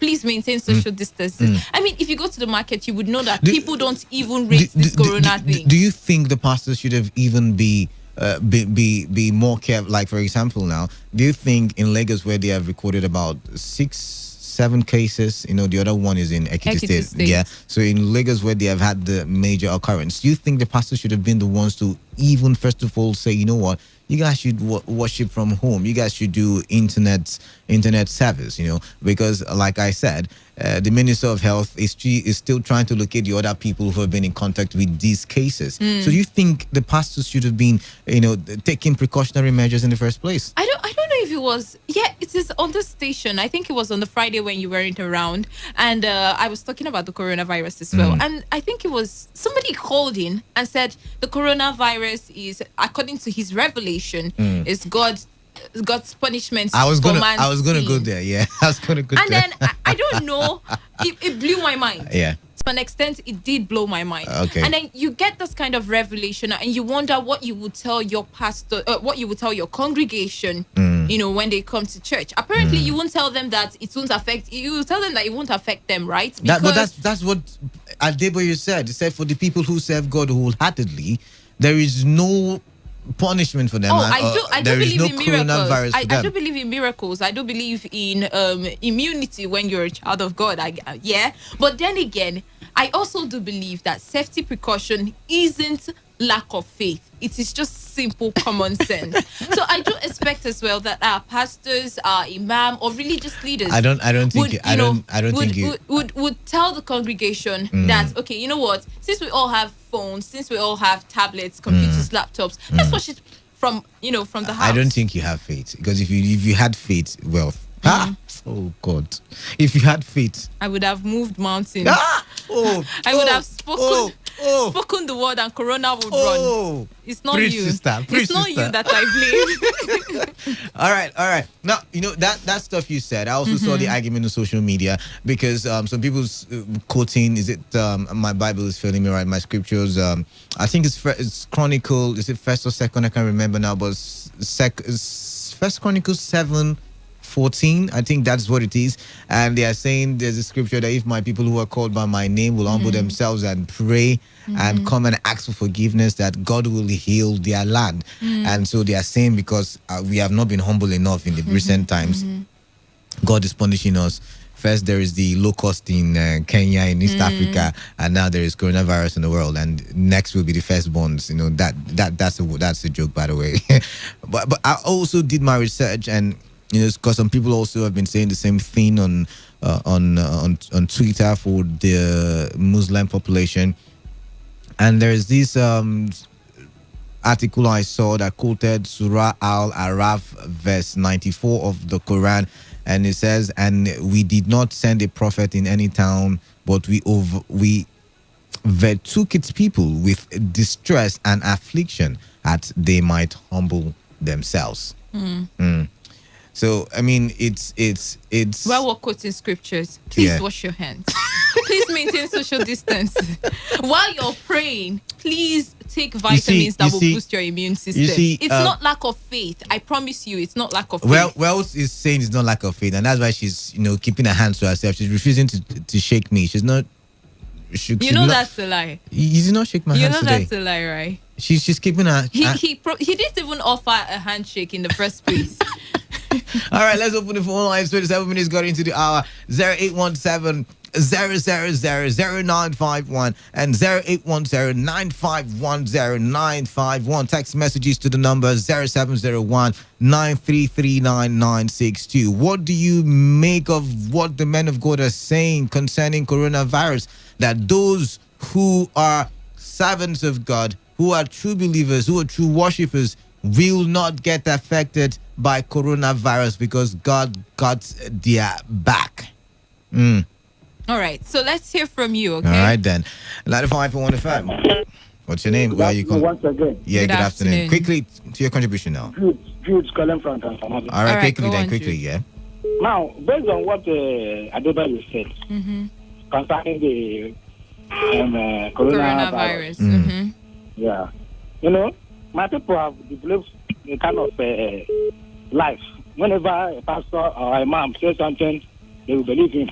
There's one Igbo adage that says that when you chin as well, that means if God is protecting you, you have to protect yourself. Interesting. You understand? This corona virus now, I expected the pastor to enlighten the people, tell them what to do to avoid this disease, Unlike what happened in Imo State when Mbaka came out and announced that PDP will fail and APC will take over. Mbaka, a grooving image worshipper like Mbaka. A what? He came out openly and said such a thing. I think you should be able to censor some of the things you say. A lot of people do believe in or are followers to this particular person, all right? Do you know that some people believe they are pastors more than God? All right. So in essence, you're saying that instead of prophesying, they should also advise on what to do, right? Yes. All right. You understand? Okay. So excuse, I'm coming. We have to take another person's call. We've gotten your opinion already. Okay. Thank you very much. We lost that one. Keep the phone calls coming in. 0817-000-951. or 0810-951-0951. And don't forget to send in your text messages and WhatsApp messages to the number 0701-9339-962. Remember that there's also the one that said that the virus will go the way it came. that is just to cause panic, that we should be true believers. And the thing is, when you call in, whether or not you believe in any of these prophecies, you don't have to label or defame anybody. Just go straight to your point, what you think should be done, what you expect from religious houses or religious centers, okay? That's all. Okay, then. 95.1 FM, what's your name? Where are you calling from? Canada, this is Lawson calling from Yenegua. Lawson from Yenegua, welcome. Seriously, one thing I love about your show is your objectivity. I'm telling you. All right, then. Yourself and Wealth. Yes, Wealth also has it in her, and you have also helped to bring it up. She's the one helping me to bring it out. No, I don't see every time. I think you are at some point. She refused to shake my hands. No, at some point when she wants to. Okay, let's go ahead. I don't know who's supposed to. I don't know how I am the topic of conversation right now, but okay. Canada, religious dogmatism. Have you heard of that before? Religious dogmatism. All right. That's all that there is to it. Right. See, let me tell you. Do you know that at some point when Christ was born, little Jesus, and then King Herod was trying to kill Christ, what did God say? Take Jesus and run. So okay, even Jesus ran. You said? Even Jesus ran. That's what I'm saying. Okay. It is not something. See, the mistake any Christian will make is to tempt God. If you tempt God, you will not be saved. All right. That's why Christ, when Satan took him to the pinnacle and said, "Jump now." After all, angels, God will tell angels to save you. Christ said, "Don't tempt the Lord your God." Right. That is the mistake a lot of Christians. I am shocked, especially from Redeem. No. Let's not do that. Let's not attack the pastor and his personality. Let's look at what he has said. Statement from him. The first thing I expect him to say is, "Look, this thing is ravaging. Please wash your hands. Stay away from it." To the guys, no instruction. Is there any science? But don't you think don't you think this is inspiration for his people? For them not to have panic.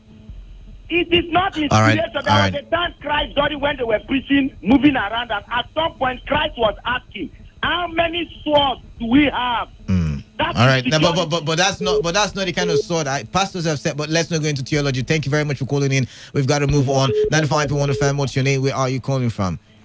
I'm Prince calling from Abluma. All right, Prince. Go on, Prince. Well, what the man of God said is nothing but the truth. All right. If you say you don't want to accept it, you can forget about it. The same Isaiah, George, who said something about whether God tell him about one thing about this. As Isaiah George called into the studio today. I am coming.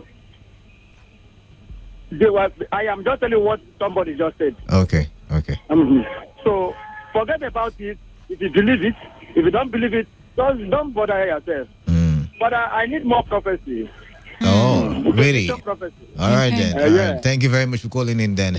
He's one of those people who believe in prophecies, and I'm wondering if it does change the situation of coronavirus in the country. Well, nobody's debunking anybody's prophecy. I think where we're making the mistake is we're trying to ask if our religious leaders don't also need to tell us about, precautionary measures that we should also take while we're waiting on the prophecy to manifest. Now, let's put this in, Wealth. Remember, the narrative when the coronavirus started was it would not affect the black man. It cannot. I mean, we've recorded the first case of a black man dying from coronavirus in Burkina Faso. I mean, I was looking at your WhatsApp status yesterday when we were having that phone talk, last night. And, I said, see, black man, see where we did now. You understand? So that we have about over 590 something cases in Africa already, and this was when just started not too long ago. So I think we need to look into this critically, and our religious leaders do have a role to play into this very narrative. 95.1 FM. Hello, Uncle Kalada. Good afternoon. Augustine, welcome. Yeah, all right. Please, sometimes these are our religious leaders. I'm not coming to criticize them or something like that. Sometimes they used to do confusion. So I'm telling the truth. Some people prophesy elections, say how many days in the so days they will remove the man. But I'm surprised if the man to go and visit the person that he said I want to remove in so days. You see, I'm begging them, please. This kind of thing that we are facing through, we need prayer. We need prayer to God intervene for this case. Because if you tell me that I will not, maybe the children of God, this case will not happen to you, that. No. I used to take my sanitizer, I would sanitize my hand, and they say if you can use alcohol to sanitize your hand, I will use those things to save my life. Thank you very much. All right. The head of engineering said something to me one time and said, every time we pray, we pray, we pray. I mean, Italy is where, what do you call it now? The capital of the Catholic churches, right? The Catholic Church is headquartered in Rome, and Rome is in Italy, right? And yet Italy is ravaged by coronavirus. I'm just saying. Now, this one says, okay, I'm going to read it. 95.1 FM. Hello. Yeah. Yeah, good afternoon. What's the name and where you're calling from? Good afternoon. Okafo from Aba. All right. All right. Go on, Okafo. Yes. Okay, dear. These Christian leaders, pastors are thereabouts will not stop amazing me. You see, the man was telling us that coronavirus will go the way it came. Of course, you know that whatever, any sickness that enters somebody is a visitor in that body. Once you are getting yourself, the thing will just go the way it came. So it's not a prophecy. Yes, it's a prophecy. It's not a prophecy, actually. Okay. No, I think that's not what he meant. He meant that the sudden way that the virus came is the sudden way that the virus will go. So we should not really be bothered about it. A prophecy now, so you should not tell him. Everybody knows that it will go like that because so many other sicknesses have come and gone. All right. Then Adeboye too, who was telling us that we should pray that anybody who is with God will not have it. Look, you rightly pointed out, he should tell us what to do and not that anybody will take. Because if you say that and so many other people go to their house without even washing hands and doing other areas, like you see, Bible says that faith without work is dead. So you should apply that to work instead of faith alone. When you apply faith alone, so many people we know that by God's grace. All right. God knows that we don't have brain in Africa. We don't have what? Brain. I mean, I have brain. I don't know about you. I mean, wealth has brain. But anyways, thank you. Listen, please give me a second. Okay. You know why I'm saying this? What I'm saying is that all these natural disasters, if it will happen in Nigeria, everybody will go. All right, then If the coronavirus are killing us, we will go. Thank you very much. We handled Ebola in Nigeria. In Nigeria, yeah, we handled Ebola. So don't say that. This one says, Canada stopped okay, that's from the previous one, I guess. 7 Catholic priests die of coronavirus in Italy. I mean, okay. All right, then. This one says, I believe what the Redeemed pastor said is cause of... Wait, what were you saying? I believe what the Redeemed pastor said, cause safety is the Lord. Okay. It doesn't matter how many times we wash our hands. If God is not with us, we will all perish. Felix from Rumokoro. Well, what do you think of that? I mean, you are a believer, right? This one says it doesn't matter how many times you wash your hands. It doesn't matter the kind of hygiene you administer to yourself. That if God is not with you, you will still perish. All right then. 95.1 FM. Hello? Yes. What's your name? Where are you calling from? Hello? Yeah. Good afternoon. Good afternoon. Yeah. My name is Steve, but I'm coming from Port Harcourt. All right, Steve, go on. Yeah, please. I want us to look at this. I want to look at this. The pastors. All right, sorry, we lost you there. 95.1 FM. What's your name? Where are you calling from? Oh, good afternoon, sir. Yeah, good afternoon to you. Akanimo, welcome. Yes. You see, the two pastors you have mentioned, one said that he heard from God directly. The other said, using scripture in the Bible and back it.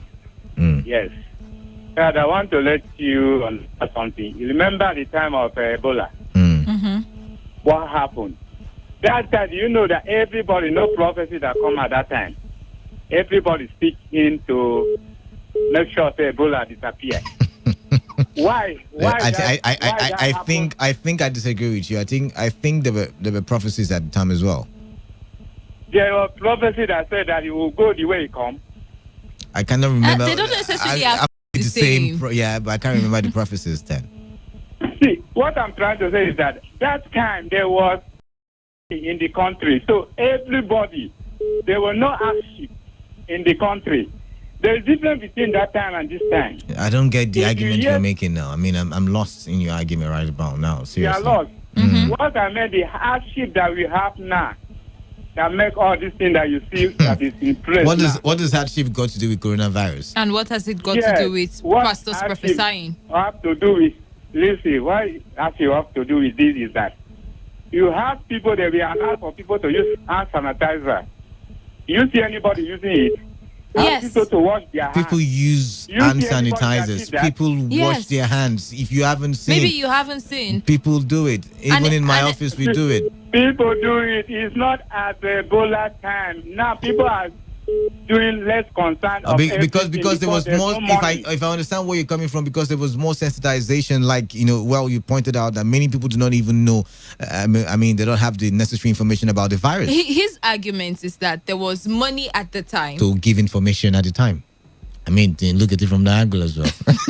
All right, I think we should just get the opinion from some other person. All right, 95.1 FM.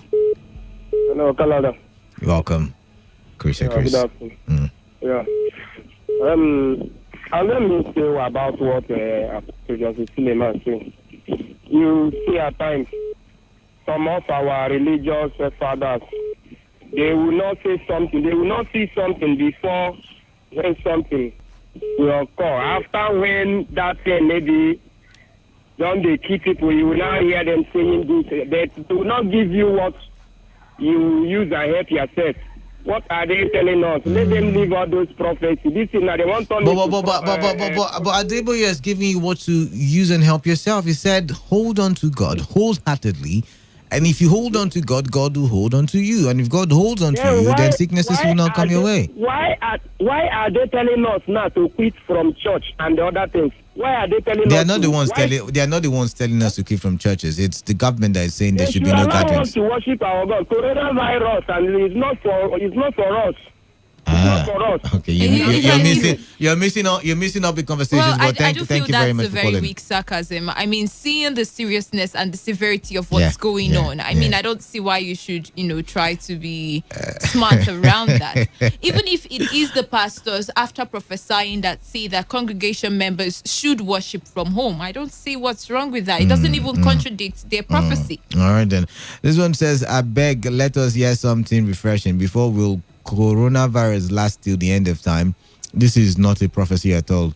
We should not be fooled." Briggs from Port Harcourt. All right, thank you very much. And this one says, "Good day, presenters. What is Reverend Mbaka saying in all his omnibus prophecy? Or is he waiting till it gets to APC virus escort?" All right, thank you very much for that one.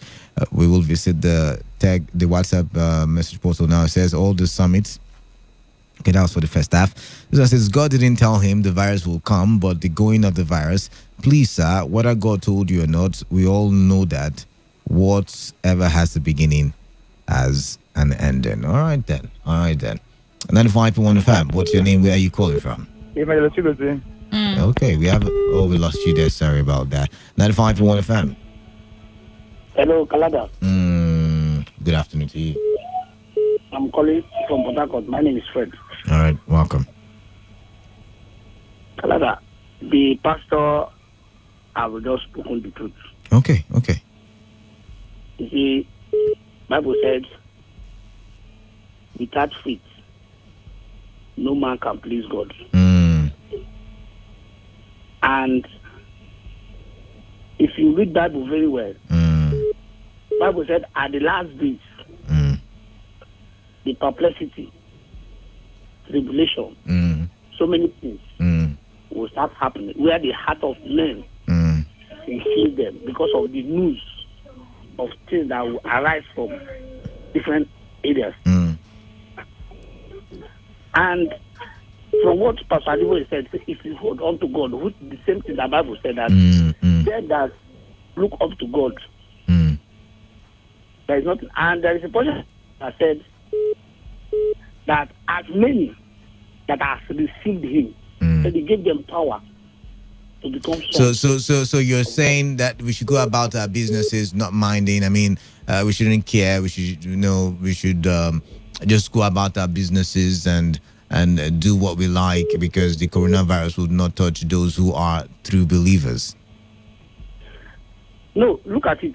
No. That's what you're implying, and that's the question I'm asking. No, that what I'm trying to tell you. I understand what you are saying, but let me answer you in this angle, because you see, from what the precautions they said we should observe, and most of the times the things that we do on our daily basis before this coronavirus.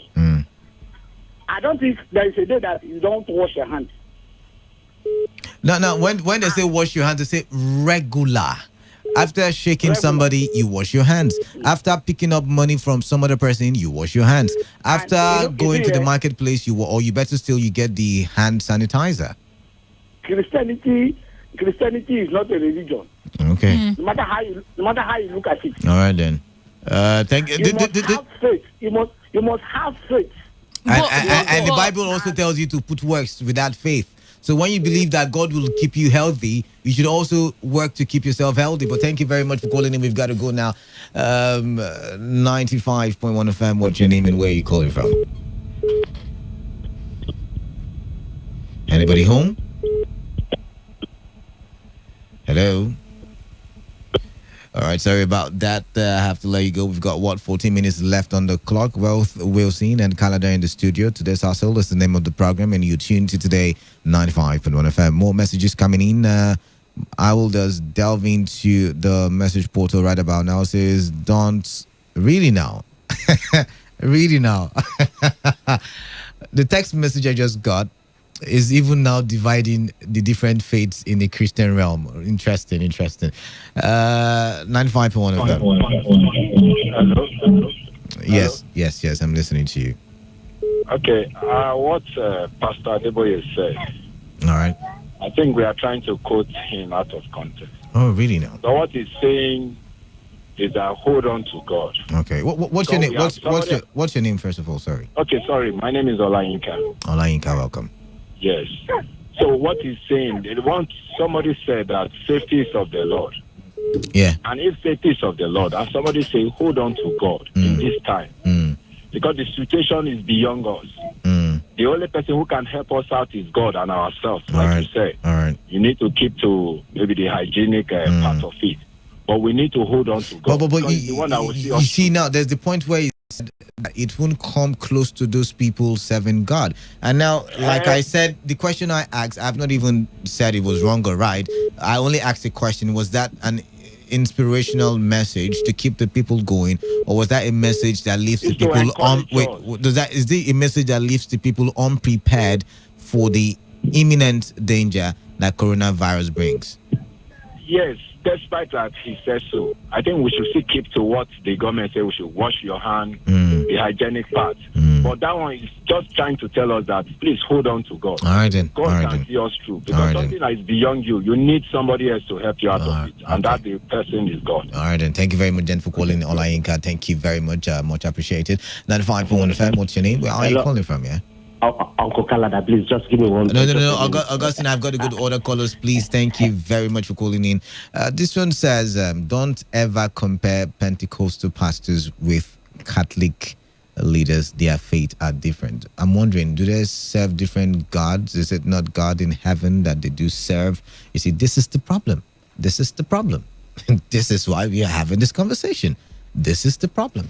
Okay, 95.1 FM. What's your name? Where are you calling from? Hello, good day. Mr. Canada. How do you say Bible say put works without faith?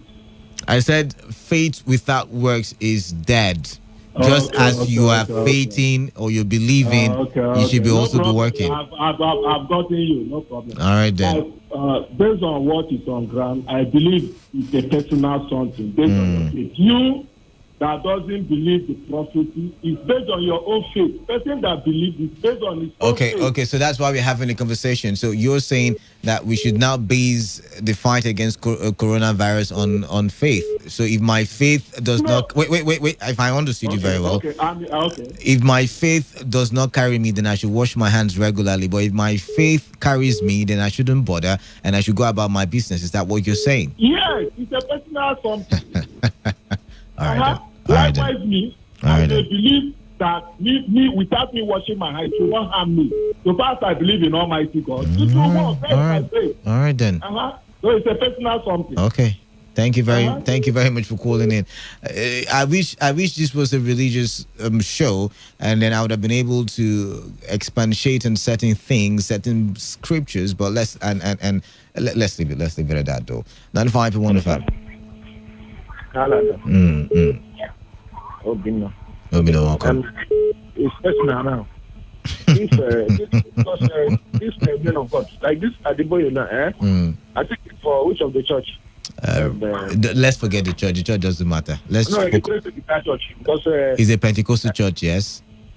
Well, they have their way of doing things. If you allow them, they will do more. So now you will be shocked. Do you know that killer herdsmen are killing people every day? They themselves don't have solution of that. But they have come out. They have no. They have no. Wait. They have spoken, and that's wrong from you, Obina. And I'm going to correct you on that one. They have spoken. They have spoken tirelessly. I mean, they held the rally. They've held the government accountable. One of them going to sort of to handshake to the president. I mean. That does not mean they don't call the president to order. I mean, that's a wrong statement to make on my show, really. Bible that I read condemn hypocrisy.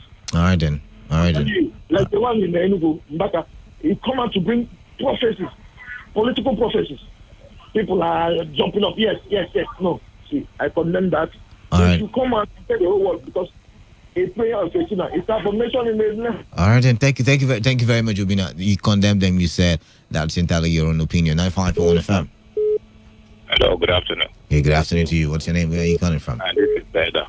Elder, welcome. See, I want to say that the prophecy of the men of God, just like somebody mentioned earlier on, if you like, you take it. If you don't like, you take it. Let me tell you. The Bible made us understand. You know, a time came in the life of the children of Israel when God told them that as you have spoken in my ear, so will I do to you. All the people that, yes, as a human being, play your own part and believe. If you believe, then it will not come near you. But you must play your own. But that does not mean you should go and be eating in those bills and they, those no. Play your own part. But if in the middle, because of so much learning and you are so much educated, you don't believe on the prophecy of the man of God, forget it. No. See, now that's not what we're saying. We're saying now is the message complete from this man of God. I mean, they have talked. Now you've spoken well. You've talked about believe the prophecies and as well keep yourself hygiene or in good hygiene. Let me land. I also want you to understand. You see, because Joshua and Caleb made a positive confession. They were the only two people out of over 600 adult men that came out from the land of Egypt. They were the only because they made a positive confession. So the people who are making a positive confession will be the will. All right then. Thank you. I also want to say one thing. I discover that at any time, God, particularly from the Christian that made comments, people will come and lambast them. And we're not lambasting. Nobody will talk. All right. Thank you very much. Thank you very much. Nobody's afraid of Imam. Thank you very much. I mean, we are talking about religion. We only got to concentrate on Christians because majority of us in this part of the region are Christians, and so don't make it look like we are, focusing on certain religious leaders. Do not do that. Do not do that. But then again, back to the phone lines. 95.1 FM. Hello. Welcome, Canada. Good afternoon. All right, good afternoon. This is DK. Welcome, DK. You see, the first implication of Pastor Deboye's statement is that those who have already died of this virus are those who do not know God or they do not worship God. Interesting very well. conversation now. Very unfortunate. Interesting conversation now, yeah? I'm not trying to discount God's factor in our safety. But at the same time, it is the same Bible that says that we should be as wise as serpents. Even in Rome, in Vatican, Pope has announced that Easter Mass will not be held except people worship from their houses. So how come about that in our own case, blind faith is what prevails? Hello? But at the same time, also take precautionary measures. All right, then. That All is what should be. Thank you. Thank you very much for calling in. Now, this one says, my name is Imam Agbam from HA in River State, in line with the statement of the man of God. It is in the right direction, but Imam Man is saying that there is nothing like coronavirus in Nigeria. Government should create jobs for youths. All right, thank you very much. I mean, while you're saying that, I do hope that you're taking the precautionary measures. All right. Oh my God. Oh my There God. is no coronavirus, but All please right. wash your hands and all of that. I don't blame you. I mean, politicians can really very be unpredictable. You never would know. But yeah, like Wealth has said, wash your hands. I mean, if you go on Twitter, yeah, you would see how serious this thing is. A lot of people are telling you, I'm a child of God. That's why I'm not taking coronavirus seriously. But then again, we're children of God. But most of you fall under, you get malaria. Most of you get cold. You have flu and all of that. I mean, we're all children of God, right? But then, did God tell you that, okay, since you're a child of God, go let mosquito bite you. You will not have malaria. Even inside the Bible, somebody quoted Joshua and Caleb being the only survivors of the people who went into the land, into Jericho. Do you know that during that period, God gave them commandments? Wash yourselves properly. They were the people who were stopped from going into certain tabernacles because they were dirty. So even God loves good hygiene. Think about it from that angle as well. Yeah. So back to the phone lines, 95.1 FM. Hello. Yes. Good afternoon to you. Yeah, good afternoon, Kalada and Webs. Good afternoon. My name is Mufasa, should I say I've been waiting for you because I want to see what you have to say about this. Go ahead now. All right. Yeah, well, it was Kamas who said that religion is the opium of the people. And that's a very, very strong and instructive statement. I mean, our lead maintain that we're very religious people. We are very, very God conscious, but we are not godly people. That's the position. Right. Well, having said that, okay, somebody coming to tell us that God told him that this coronavirus, would disappear as it came into the country, like what the previous caller has said, I think that statement is a no-brainer. Nothing lasts forever, okay? As it came, I'm sure nations who, believe in knowledge, because even the Bible said it, that knowledge and power, are carrying out a series of research, in order to come up with, an antidote to this problem. And I'm sure it was God, that has given man, okay, the knowledge, and wherewithal, to do this research. Interesting. So I think, like what I said, coming to, make the people to drop their guards, I think it is proper for these men of God, to counsel their followers, especially as it has to do with, strict hygienic practices. All right. We don't want this disease to spread all over the country. This is not what we want to be hearing by this time. All right. Nobody's saying that don't, gather people, but then again, you see, it's good to be proactive. All right. I do not think statements like this coming from, Mufasa, we've got to go now. Thank you very much. Okay. All right. Thank you very much there. All right. I just want to say some religious leaders have a way of making light of serious issues to their followers while they themselves act in seeming contrast. An overt example is the way they surround themselves with security personnel while they tell their members that Lord is their refuge and strength. From Fortune Oibo. Thank you very much for that one. And I do agree with you to some extent. Good day, presenter. Let's apply the preventive measures and allow God to do the rest in faith. AZD. Thank you very much, AZD. This one says, good day, Kalada. For me, pastors that are proactive, not reactive in utterances should be taken seriously. Pastors that should have warned us beforehand that this year the world would face a major health problem is my real prophet, Tony All right, thank you very much. And on WhatsApp, we have this one says our pastors will not go with closure of churches because of I'm not doing that. That's wrong. This one says, why is it that pastors who are saying we shouldn't panic with regards to COVID-19 are still the ones who are going about with security personnel for protection? Is it that their faith is not strong enough towards God? That is why they are guarding themselves with security personnel from Desmond, Port Harcourt. Now, Desmond, I would explain to you on a good day, but let's leave that one. Government says yes, and the church says yes too. Pastor Adebe didn't say we shouldn't wash our hands. He said we should hold on to God. I am Joshua. All right, Joshua, thank you very much. It says good afternoon, presenters. Please, is prophecy strictly for Christians? I have not seen Muslims prophesied, but why? The Muslims are saying yes.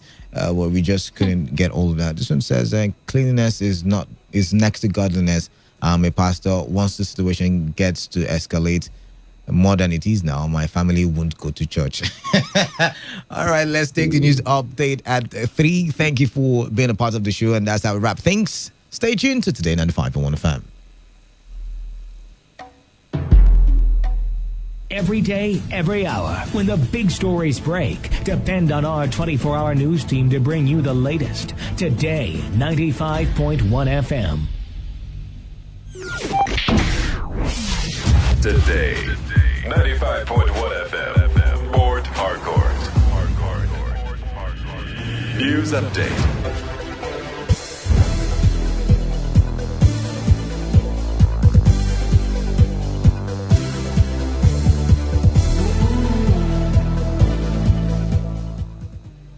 Good afternoon, and here is the news update on Today 95.1 FM. I am Wealth Wilson. President Muhammadu Buhari has said the federal government is aware of the actions and activities that affect telecommunication facilities. President Buhari said this while speaking at the launch of the National Broadband Plan and Emergency Communication Center in Abuja. He said while the federal government will continue to protect national assets, the president assured that Nigeria will continue to invest in the digital economy. The ministry has since developed the National Digital Economy Policy and Strategy for the realization of Digital Nigeria, which we unveiled last year. The development of the National Broadband Plan is in line with the objective of the federal government to provide broadband for Nigerians. The plan is also expected to support our objective of deploying 4G across the country. The federal government is aware of the challenges that the operators face, including challenges of vandalization of telecommunications equipment. We are committed to ensure that all stakeholders have a conducive environment to ensure the successful implementation of the broadband plan. Speaking earlier, Minister of Communications and Digital Economy, Issa Pantami, programs and projects by the ministry is positioned to drive a digital economy for a digital Nigeria. The Nigerian Senate has suspended all public hearing in the Senate sitting from next week. The announcement was made by Senate President Ahmed Lawan, who said while public hearing is suspended until further notice, plenary will continue. The Senate President also announced the closure of its gallery where newsmen and members of the public sit to observe proceedings. Lawan said the decision is part of Senate's decision of their measures against the spread of coronavirus. Despite a 2007 federal high court order restraining anti-graft agencies from investigating any past and present official of the Rivers State government, a fact sheet of the Economic and Financial Crimes Commission exposing alleged corrupt practices of former Governor Peter Odili is now in the public domain. The fact sheet reveals that the EFCC has commenced a probe into how Sir Peter Odili allegedly diverted 100 billion naira for personal use. The EFCC in its report alleged that 1.5 billion naira out of the amount was used by the ex-governor to obtain a doctorate degree and naming of a hall after him in Lincoln University, USA. The EFCC claimed that the ex-governor allegedly laundered the 100 billion naira under the guise of pursuing a power project in Rivers State. In the meantime, it was gathered that Sir Odili, in a suit filed March 12, 2020, has asked the Federal High Court to restrain the EFCC from investigating him. The former Rivers State governor said the EFCC was bound by the 2007 judgment of the Federal High Court on the perpetual injunction against his arrest and prosecution. A Port Harcourt-based lawyer, Swalabo West, who was kidnapped 2 weeks ago, is now feared dead. West was said to have been killed by his abductors after ransom was provided for his release. While the police are on the trial of the kidnappers, it is unknown why the lawyer was killed. The Port Harcourt branch chairman of the Nigerian Bar Association, Sylvester Adaka, has just recently pleaded with the lawyer's abductors to release him unconditionally. The Rivers State Police Command is yet to react to this development. On the foreign scene, the World Health Organization has urged Africa to prepare for the worst as COVID-19 claims its first life, a high-ranking politician in Burkina Faso. A very senior official of WHO, Tedros Ghebreyesus, told a news conference in Geneva that Africa must brace up. AFP reports that Africa has lagged behind the global curve for coronavirus infections and death, but in the past few days has seen a significant rise in cases, and experts have repeatedly warned against the perils for the continent, given its weak health infrastructure, poverty, conflicts, poor sanitation, and urban crowding. And that's the wrap of the news updates at 3. Today's Sports Live comes up next. I am Wealth Wilson. Thank you for listening. Today's news, today's entertainment, today's sports, today's issues. Today on Today 95.1 FM, Port Harcourt. Let's talk football. Let's talk football. What a devastating strike! Football is a leisure game. Sports is actually my job. Football is boring. That's not true. It's way more important than that. What a wonderful goal! Fantastic strike! As far as I'm concerned, sports is all about passion. Sports Attack, weekdays 7:30 a.m. and Today's Sports Live, 3 p.m. Weekends 1 p.m. to 6 p.m. For all you need to know in the world of sports, leave the dial on Today 95.1 FM.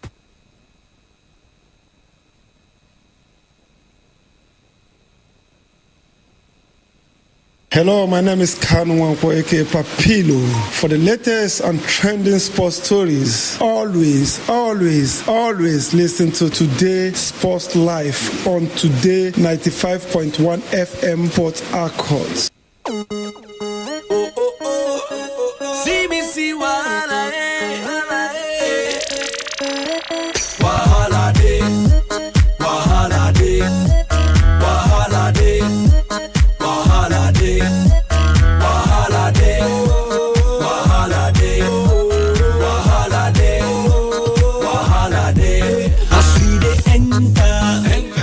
Beautiful afternoon to you. Welcome to yet another edition of Today's Sports Live, reaching you from the studios of a premium news talk and sports radio station, Today 95.1 FM, right here in the Garden City of Port Harcourt. It's the Thursday edition of Today's Sports Live, and my name is Wisdom Obina, your anchor on the show this afternoon. And I'm not alone in the studio. Joining me to do justice to the stories are the guys. Starting with the man on a black cap, Victor Oriahi. Victor, welcome to the show. Thank you, Wisdom. Good afternoon to you. Good afternoon to everyone listening. It's great to be here. All right, sitting next to him is Emeka Dena. Emeka, you're welcome to the show. The Superman, good afternoon to you. Good afternoon to our fans out there. Always a pleasure to be here. Coronavirus continue to... It has finally hit us. I mean, big time. No, they say you're not even permitted to play street football in Nigeria. That's according to the NFF. It's that bad. All right, on the menu today, Emeka just brought that up. But we'll talk about the MPFL. We had away wins yesterday. 3 away wins in match day 25 of Nigerian Professional Football League as Rivers United scored 3 past Warri Wolves to maintain their second spot on the table. Even as the NFF did come out with a statement yesterday announcing to everyone that all footballing activities in the country has been suspended. Any kind of footballing activity except those doing their investigations, especially when it comes to the death of Chineme Martins.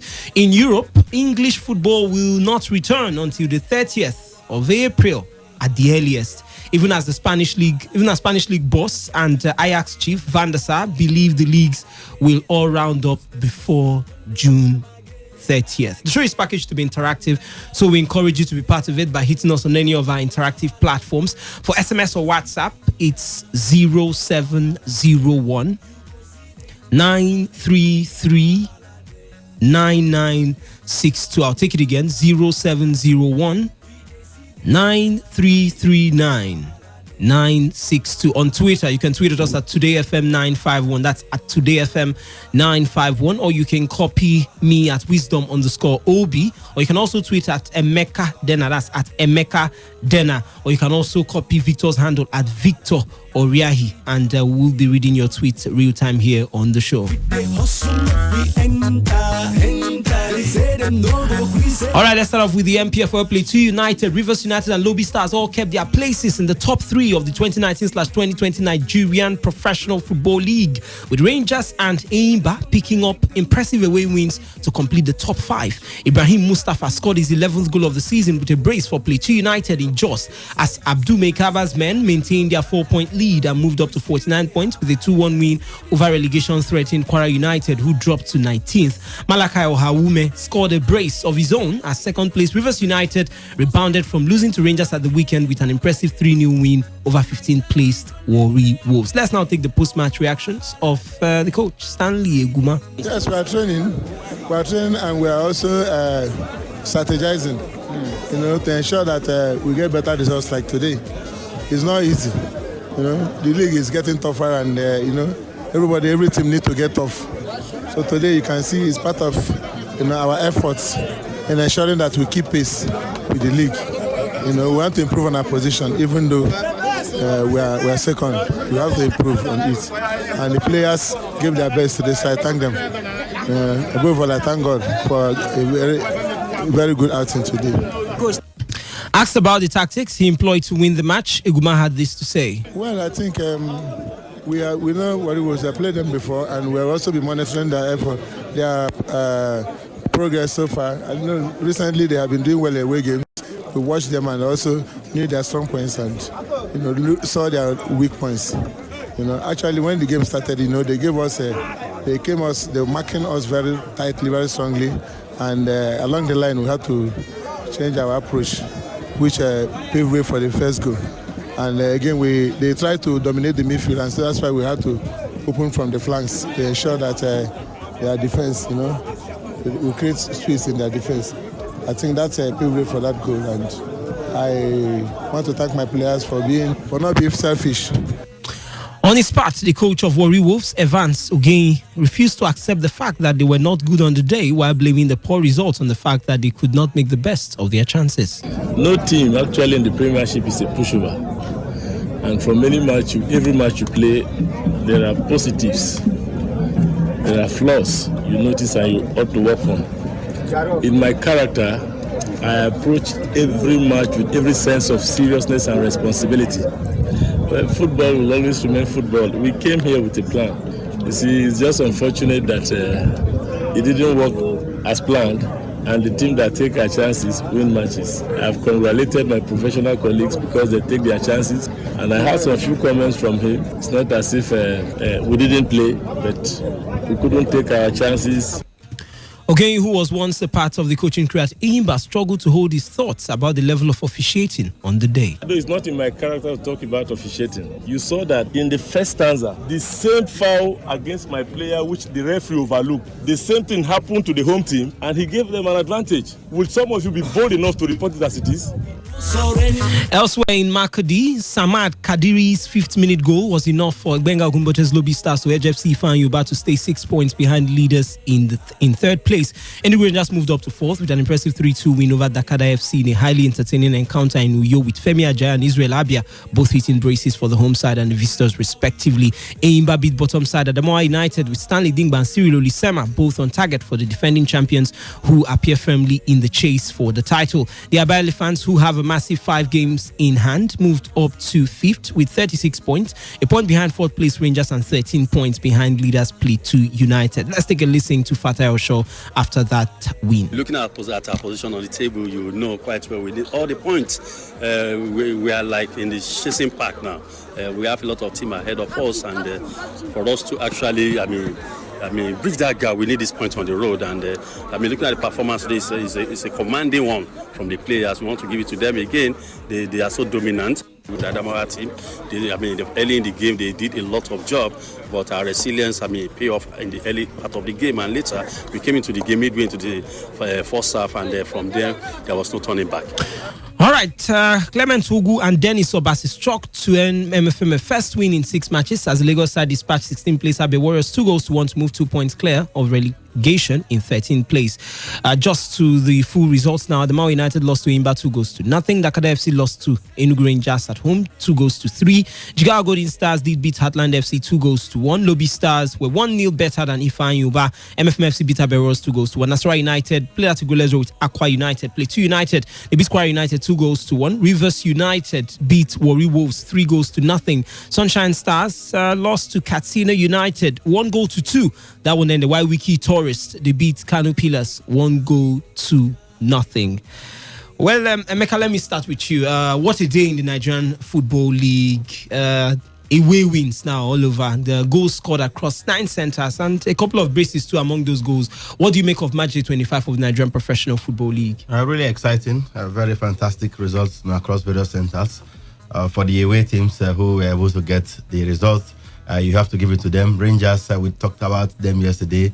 Having lost the reverse fixture to Dakada FC, they were going to avenge that defeat at home and when they played yesterday, and they did exactly that. It didn't come on a platter for them. Israel Abia, now on 12 goals, is the leading scorer in the MPFL. Got a brace yesterday, and of course that helped Rangers win against Dakada FC, a team that already beat them 2-0 at the Cathedral. What a turnaround for Rangers. Enyimba, we are always going to beat Adamawa United. Adamawa United, the poorest team in the league. They concede goals for fun, either at home or away from home. Yeah. So I wasn't surprised for Enyimba's win. You have to give it to Katsina United. Their win yesterday against Sunshine Stars in Akure is their first win in 20 years we're here, and at the end of the day, that's really massive for Henry Makinwa's side. Brilliant result for those 3 teams on the road. Rivers United were able to score 3 unreplied goals here in Port Harcourt to secure an impressive 3-0 victory against Warri Wolves, completing a double over Warri Wolves. Remember, Rivers United beat Warri Wolves in Warri in the first stanza of the league, and Malakai Ohaume has proven to be the go-to man for Rivers United this season. 7 goals already, in this season. 2 braces, making that 4 goals. In just 2 matches. Remember, he scored twice when they beat Heartland away from home, right there in Okigwe. And at the end of the day, I think it was a brilliant results. You have to you want to always see goals. It doesn't matter where it is being played. The results were quite impressive for a lot of the teams, and at the end of the day, it was quite a nice one. Aqua United equally drew away from home against Nasarawa United. Nasarawa still struggling to bounce back from the death of their player. You want to say that they didn't make home advantage count yesterday. The Lobby Stars did the business quite early. Samad Kadiri in the 5th minute scored the only goal, and they were able to hold on to that one against FC Ifeanyi. Ifeanyi coach Ucho Kabwe went on Twitter to say that the better team lost yesterday. I wonder, I wasn't expecting Ifeanyi to beat Lobby Stars in Makurdi, but come on, that was what happened yesterday. Exciting results here and there, but the unfortunate thing is that we will not see the league again. We don't know when the league will come back. Yeah. All right, let me come to you, Victor. He has just mentioned something about the break, but let's talk about the league leaders, Plateau United. Another win, even though they also struggled a bit. Is it safe to say that Abdul Meikaba and his boys are clearly the favourites going into the break? Yeah, they are. And that's just the issue now. They have been going on such fine form. The fact that the league is going on an indefinite break, would they be able to sustain that tempo at the second half of the season? Now that's when the season commences. But Abdul Mekaba himself already knows it, that eventually the worst his team would get is a continental slot. He came out and went to the press and was speaking about how the governor of the state has got to refurbish the New Jos Stadium because he knows that the stadium would not be approved by CAF to play continental football, and he's pretty sure, in fact, it's 100% certain that he's going to be playing in the continent next season. So this guy's already making preparations for the stadium to be renovated for next season. It shows you how motivated he is and how much he believes in his players, that they have what it takes to get the job done and to also get the NPFL title. It's been eluded them for a while now, but I tell you, Plateau United under Abdul Mekaba, they are most definitely one of the favorites. I wouldn't say all-out favorites. Enyimba would always be counted as favorites, whether you like it or not. And the fact that they have been climbing right now, they are fifth on the table. Just imagine, and they have 5 outstanding matches. They have 36 points. Plateau United have 49 points, 13 points separating these two guys. If Enyimba wins their remaining 5 matches, they're top of the table. They're on top of the table. So Enyimba would always be counted as one of the favorites as well. But then it's between Enyimba and Plateau United. Rivers United, I think they blew their chances. That's the truth. They've blown their chances already. Well, it depends. So many things can still happen in football. But the fact that they allowed Plateau United to give them a 4-point gap, that was the big problem. That's the issue for me. Well, we don't know how possible it's going to be for Stanley Eguma's men to somehow find a way to get the points back and go back to the top of the table. But what matters most is, when would the season commence? When would the season begin? We'll come to that in time. Coronavirus will decide that. Superman, just still on Plateau United. I had a chat with the manager yesterday, Abdul Mekaba. You know, he said he knows they have a 4-point advantage now over second place Rivers United. That the plan is even to widen the gap further, such that before the season ends, they're already crowned champions. Before the final weeks of the season, maybe 3 weeks to the end of the season, they're already crowned champions. So the man is looking ahead. You know, he's not even satisfied with where they are right now. He wants to even further open the gap. And if you look at what Plateau United have been doing so far this season, both away from home, they have lost only 4 matches in 25 this season. They have played 25 matches, losing only 4. And those 4 were away from home. You understand? Now, they look quite impressive. They have both the best home and the away record. They have 14 points on the road. No, that's for 3 wins and 5 draws with just 4 losses. They have both the best home and the best away record, and you can't question their chances. Yes, you can't doubt their capability, their ability to go ahead and eventually claim the title for a second time this season. But you never can tell. This is the MPFL. Anything can still happen. Well, Emeka, sticking with you, let's now come back home. Rivers United, they put 3 past Warri Wolves. Yes, I heard them. I heard midfielder and I'm talking about their player Nelson Esso saying that he will accept nothing less than the title or a continental spot. But with the Rivers United you've known in the past few seasons, and even you, the one you've seen this season, is it looking very likely that they will get it? For the title, I mean, look at the table. It tells you they are not even in control yet. Plateau United are the overwhelming leaders, 4 points clear of the same Rivers United. Both teams have played the same number of matches. And at the end of the day, Rivers United are second right now. I think they might eventually settle for a continental slot. Not necessarily the title, because Plateau United, my money will be on them, or perhaps Enyimba to get the title at the end of the day. For Rivers United, I see them playing the continent next season. It might not even be in the CAF Champions League, because from the way Enyimba are going, they are winning those outstanding matches. They're getting results away from home. In the beginning of the season, we criticized them for not winning away matches. As we speak right now, they have 3 away wins already. You understand? And they don't seem to be looking back. They're playing well. They're getting the result. They're scoring goals. Mboma, Dimba, getting the goals. The midfielders are all firing on all cylinders, it were. So, personally, I will think that Plateau United and Rivers United and Enyimba will play in the CAF Champions League, and Rivers United battle Lobby Stars for the 3rd continental slot, the CAF Confederation Cup, right there for a 3rd place finish in the league. All right, let me come to you, Victor. I would also ask Emeka the same question. Enyimba, they are back. It's obvious. They don't have anything to think about again outside this league. But going into this break, which team has impressed you the most? There was a Dakada FC at some point. I don't know if they are still the one. That's why United. To be found. That's why United. Yes, that's why United. They've tried their best to push themselves from that 20th position too. Some people too might say that for them has been a bounce back. That they push them from that 20th. They used to be the one. Yeah, still the relegation. They used to be the one that 20th position. But I don't know for you, Victor. Rivers United too. I mean, some people were not even expecting to see them where they are now. I don't know which team has impressed you the most this season. Eimba. Well, so many teams have, but let me start with Eimba. The fact that at a point in time we were seeing Eimba and Rangers International. In fact, I'm just going to take the both of them together. Rangers have also impressed me, regardless of how we want to say it. Rangers are fourth on the table and they still have one outstanding match. So I'm really impressed with Rangers. The fact that just few weeks back we were saying, look at the position of Enugu Rangers. They were 15th on the table. Eimba were just behind them, 16th. And now all of a sudden, in a space of 3-4 weeks, these guys are 4th and 5th on the table with outstanding games. Massive for Rangers.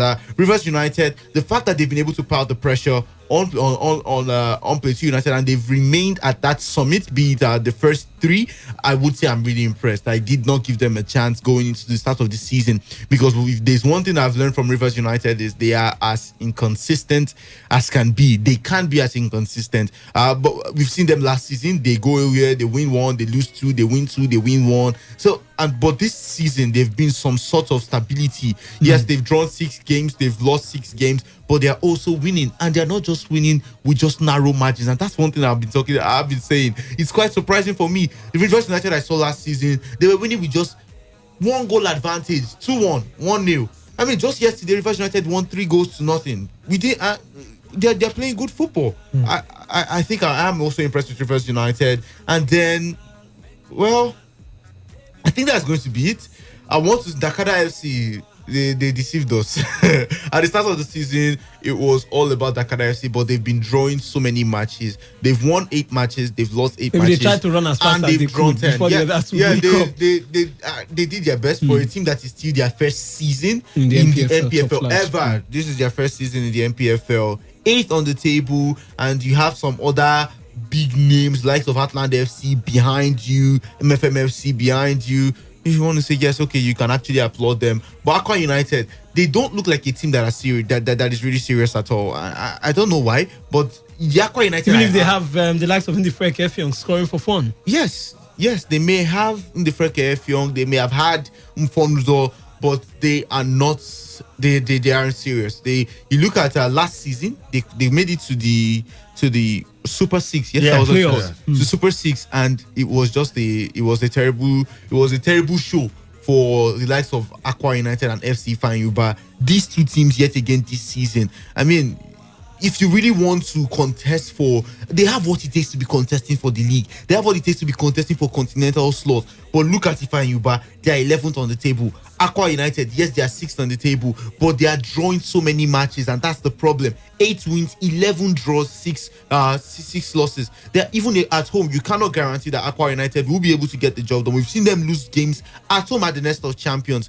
So I'm not impressed with Aqua United and FC Fanyuba, but for the likes of Rivers United, Plateau United, Eimba Rangers International, I say, well, big thumbs up for them. Okay, I just remembered the issue the coach of what we've talked about, but I'm sure maybe in the weekend we'll have enough time to talk about that. But Emeka, for you, do you buy the same maybe sentiments that Eimba Rangers, the fact that they were struggling to find their footing when the season started, and they've been able to gather points as much as they can, that has pushed them even to the top 6 places? Have they been the most impressive set of teams for you? No, not at all. For me, it has to be Plateau United. Plateau United have been consistent all season. Right from day one when they played against Lobby Stars, match they won. They beat Lobby Stars quite easily, 3-1, and they haven't looked back ever since. They've been, either first or second since the season began. At some point they were interchanging with with Lobby Stars, first and second and all that. But come on, you look at the record for the team this season: 25 matches played, 14 wins, 7 draws, 4 losses, 36 goals scored, 15 goals conceded. They have a plus 21 goal difference. 8 more than second place Rivers United. in terms of goal difference. They have scored more goals than any other team in the season so far. They have more wins than any other team. So you look at all the records. I talked about the fact that away from home, they have the best record, 14 points, with a better goal difference ahead of Aqua United. At home as well, they also have the best record. So generally, I think for me, I've been very impressed with Plateau United. Then I will say Rivers United have surprised me too. You understand? Because Rivers United, in the past 3 seasons now, they struggled. You understand? Last season, we remember how they even escaped relegation by whiskers. They had to beat Mendel Insurance here in Port Harcourt by 1-0. If that match had ended, goalless, Rivers United would have been playing in the Nigerian National League by now. You understand? So they usually struggle before now. But come on, I mean, we all know how the fans will call in here or go to the stadium and say, Eguma must go, Eguma must go. But that is not the case. Yeah, it has died down. Everybody is singing the praise of Eguma. The team is getting the result.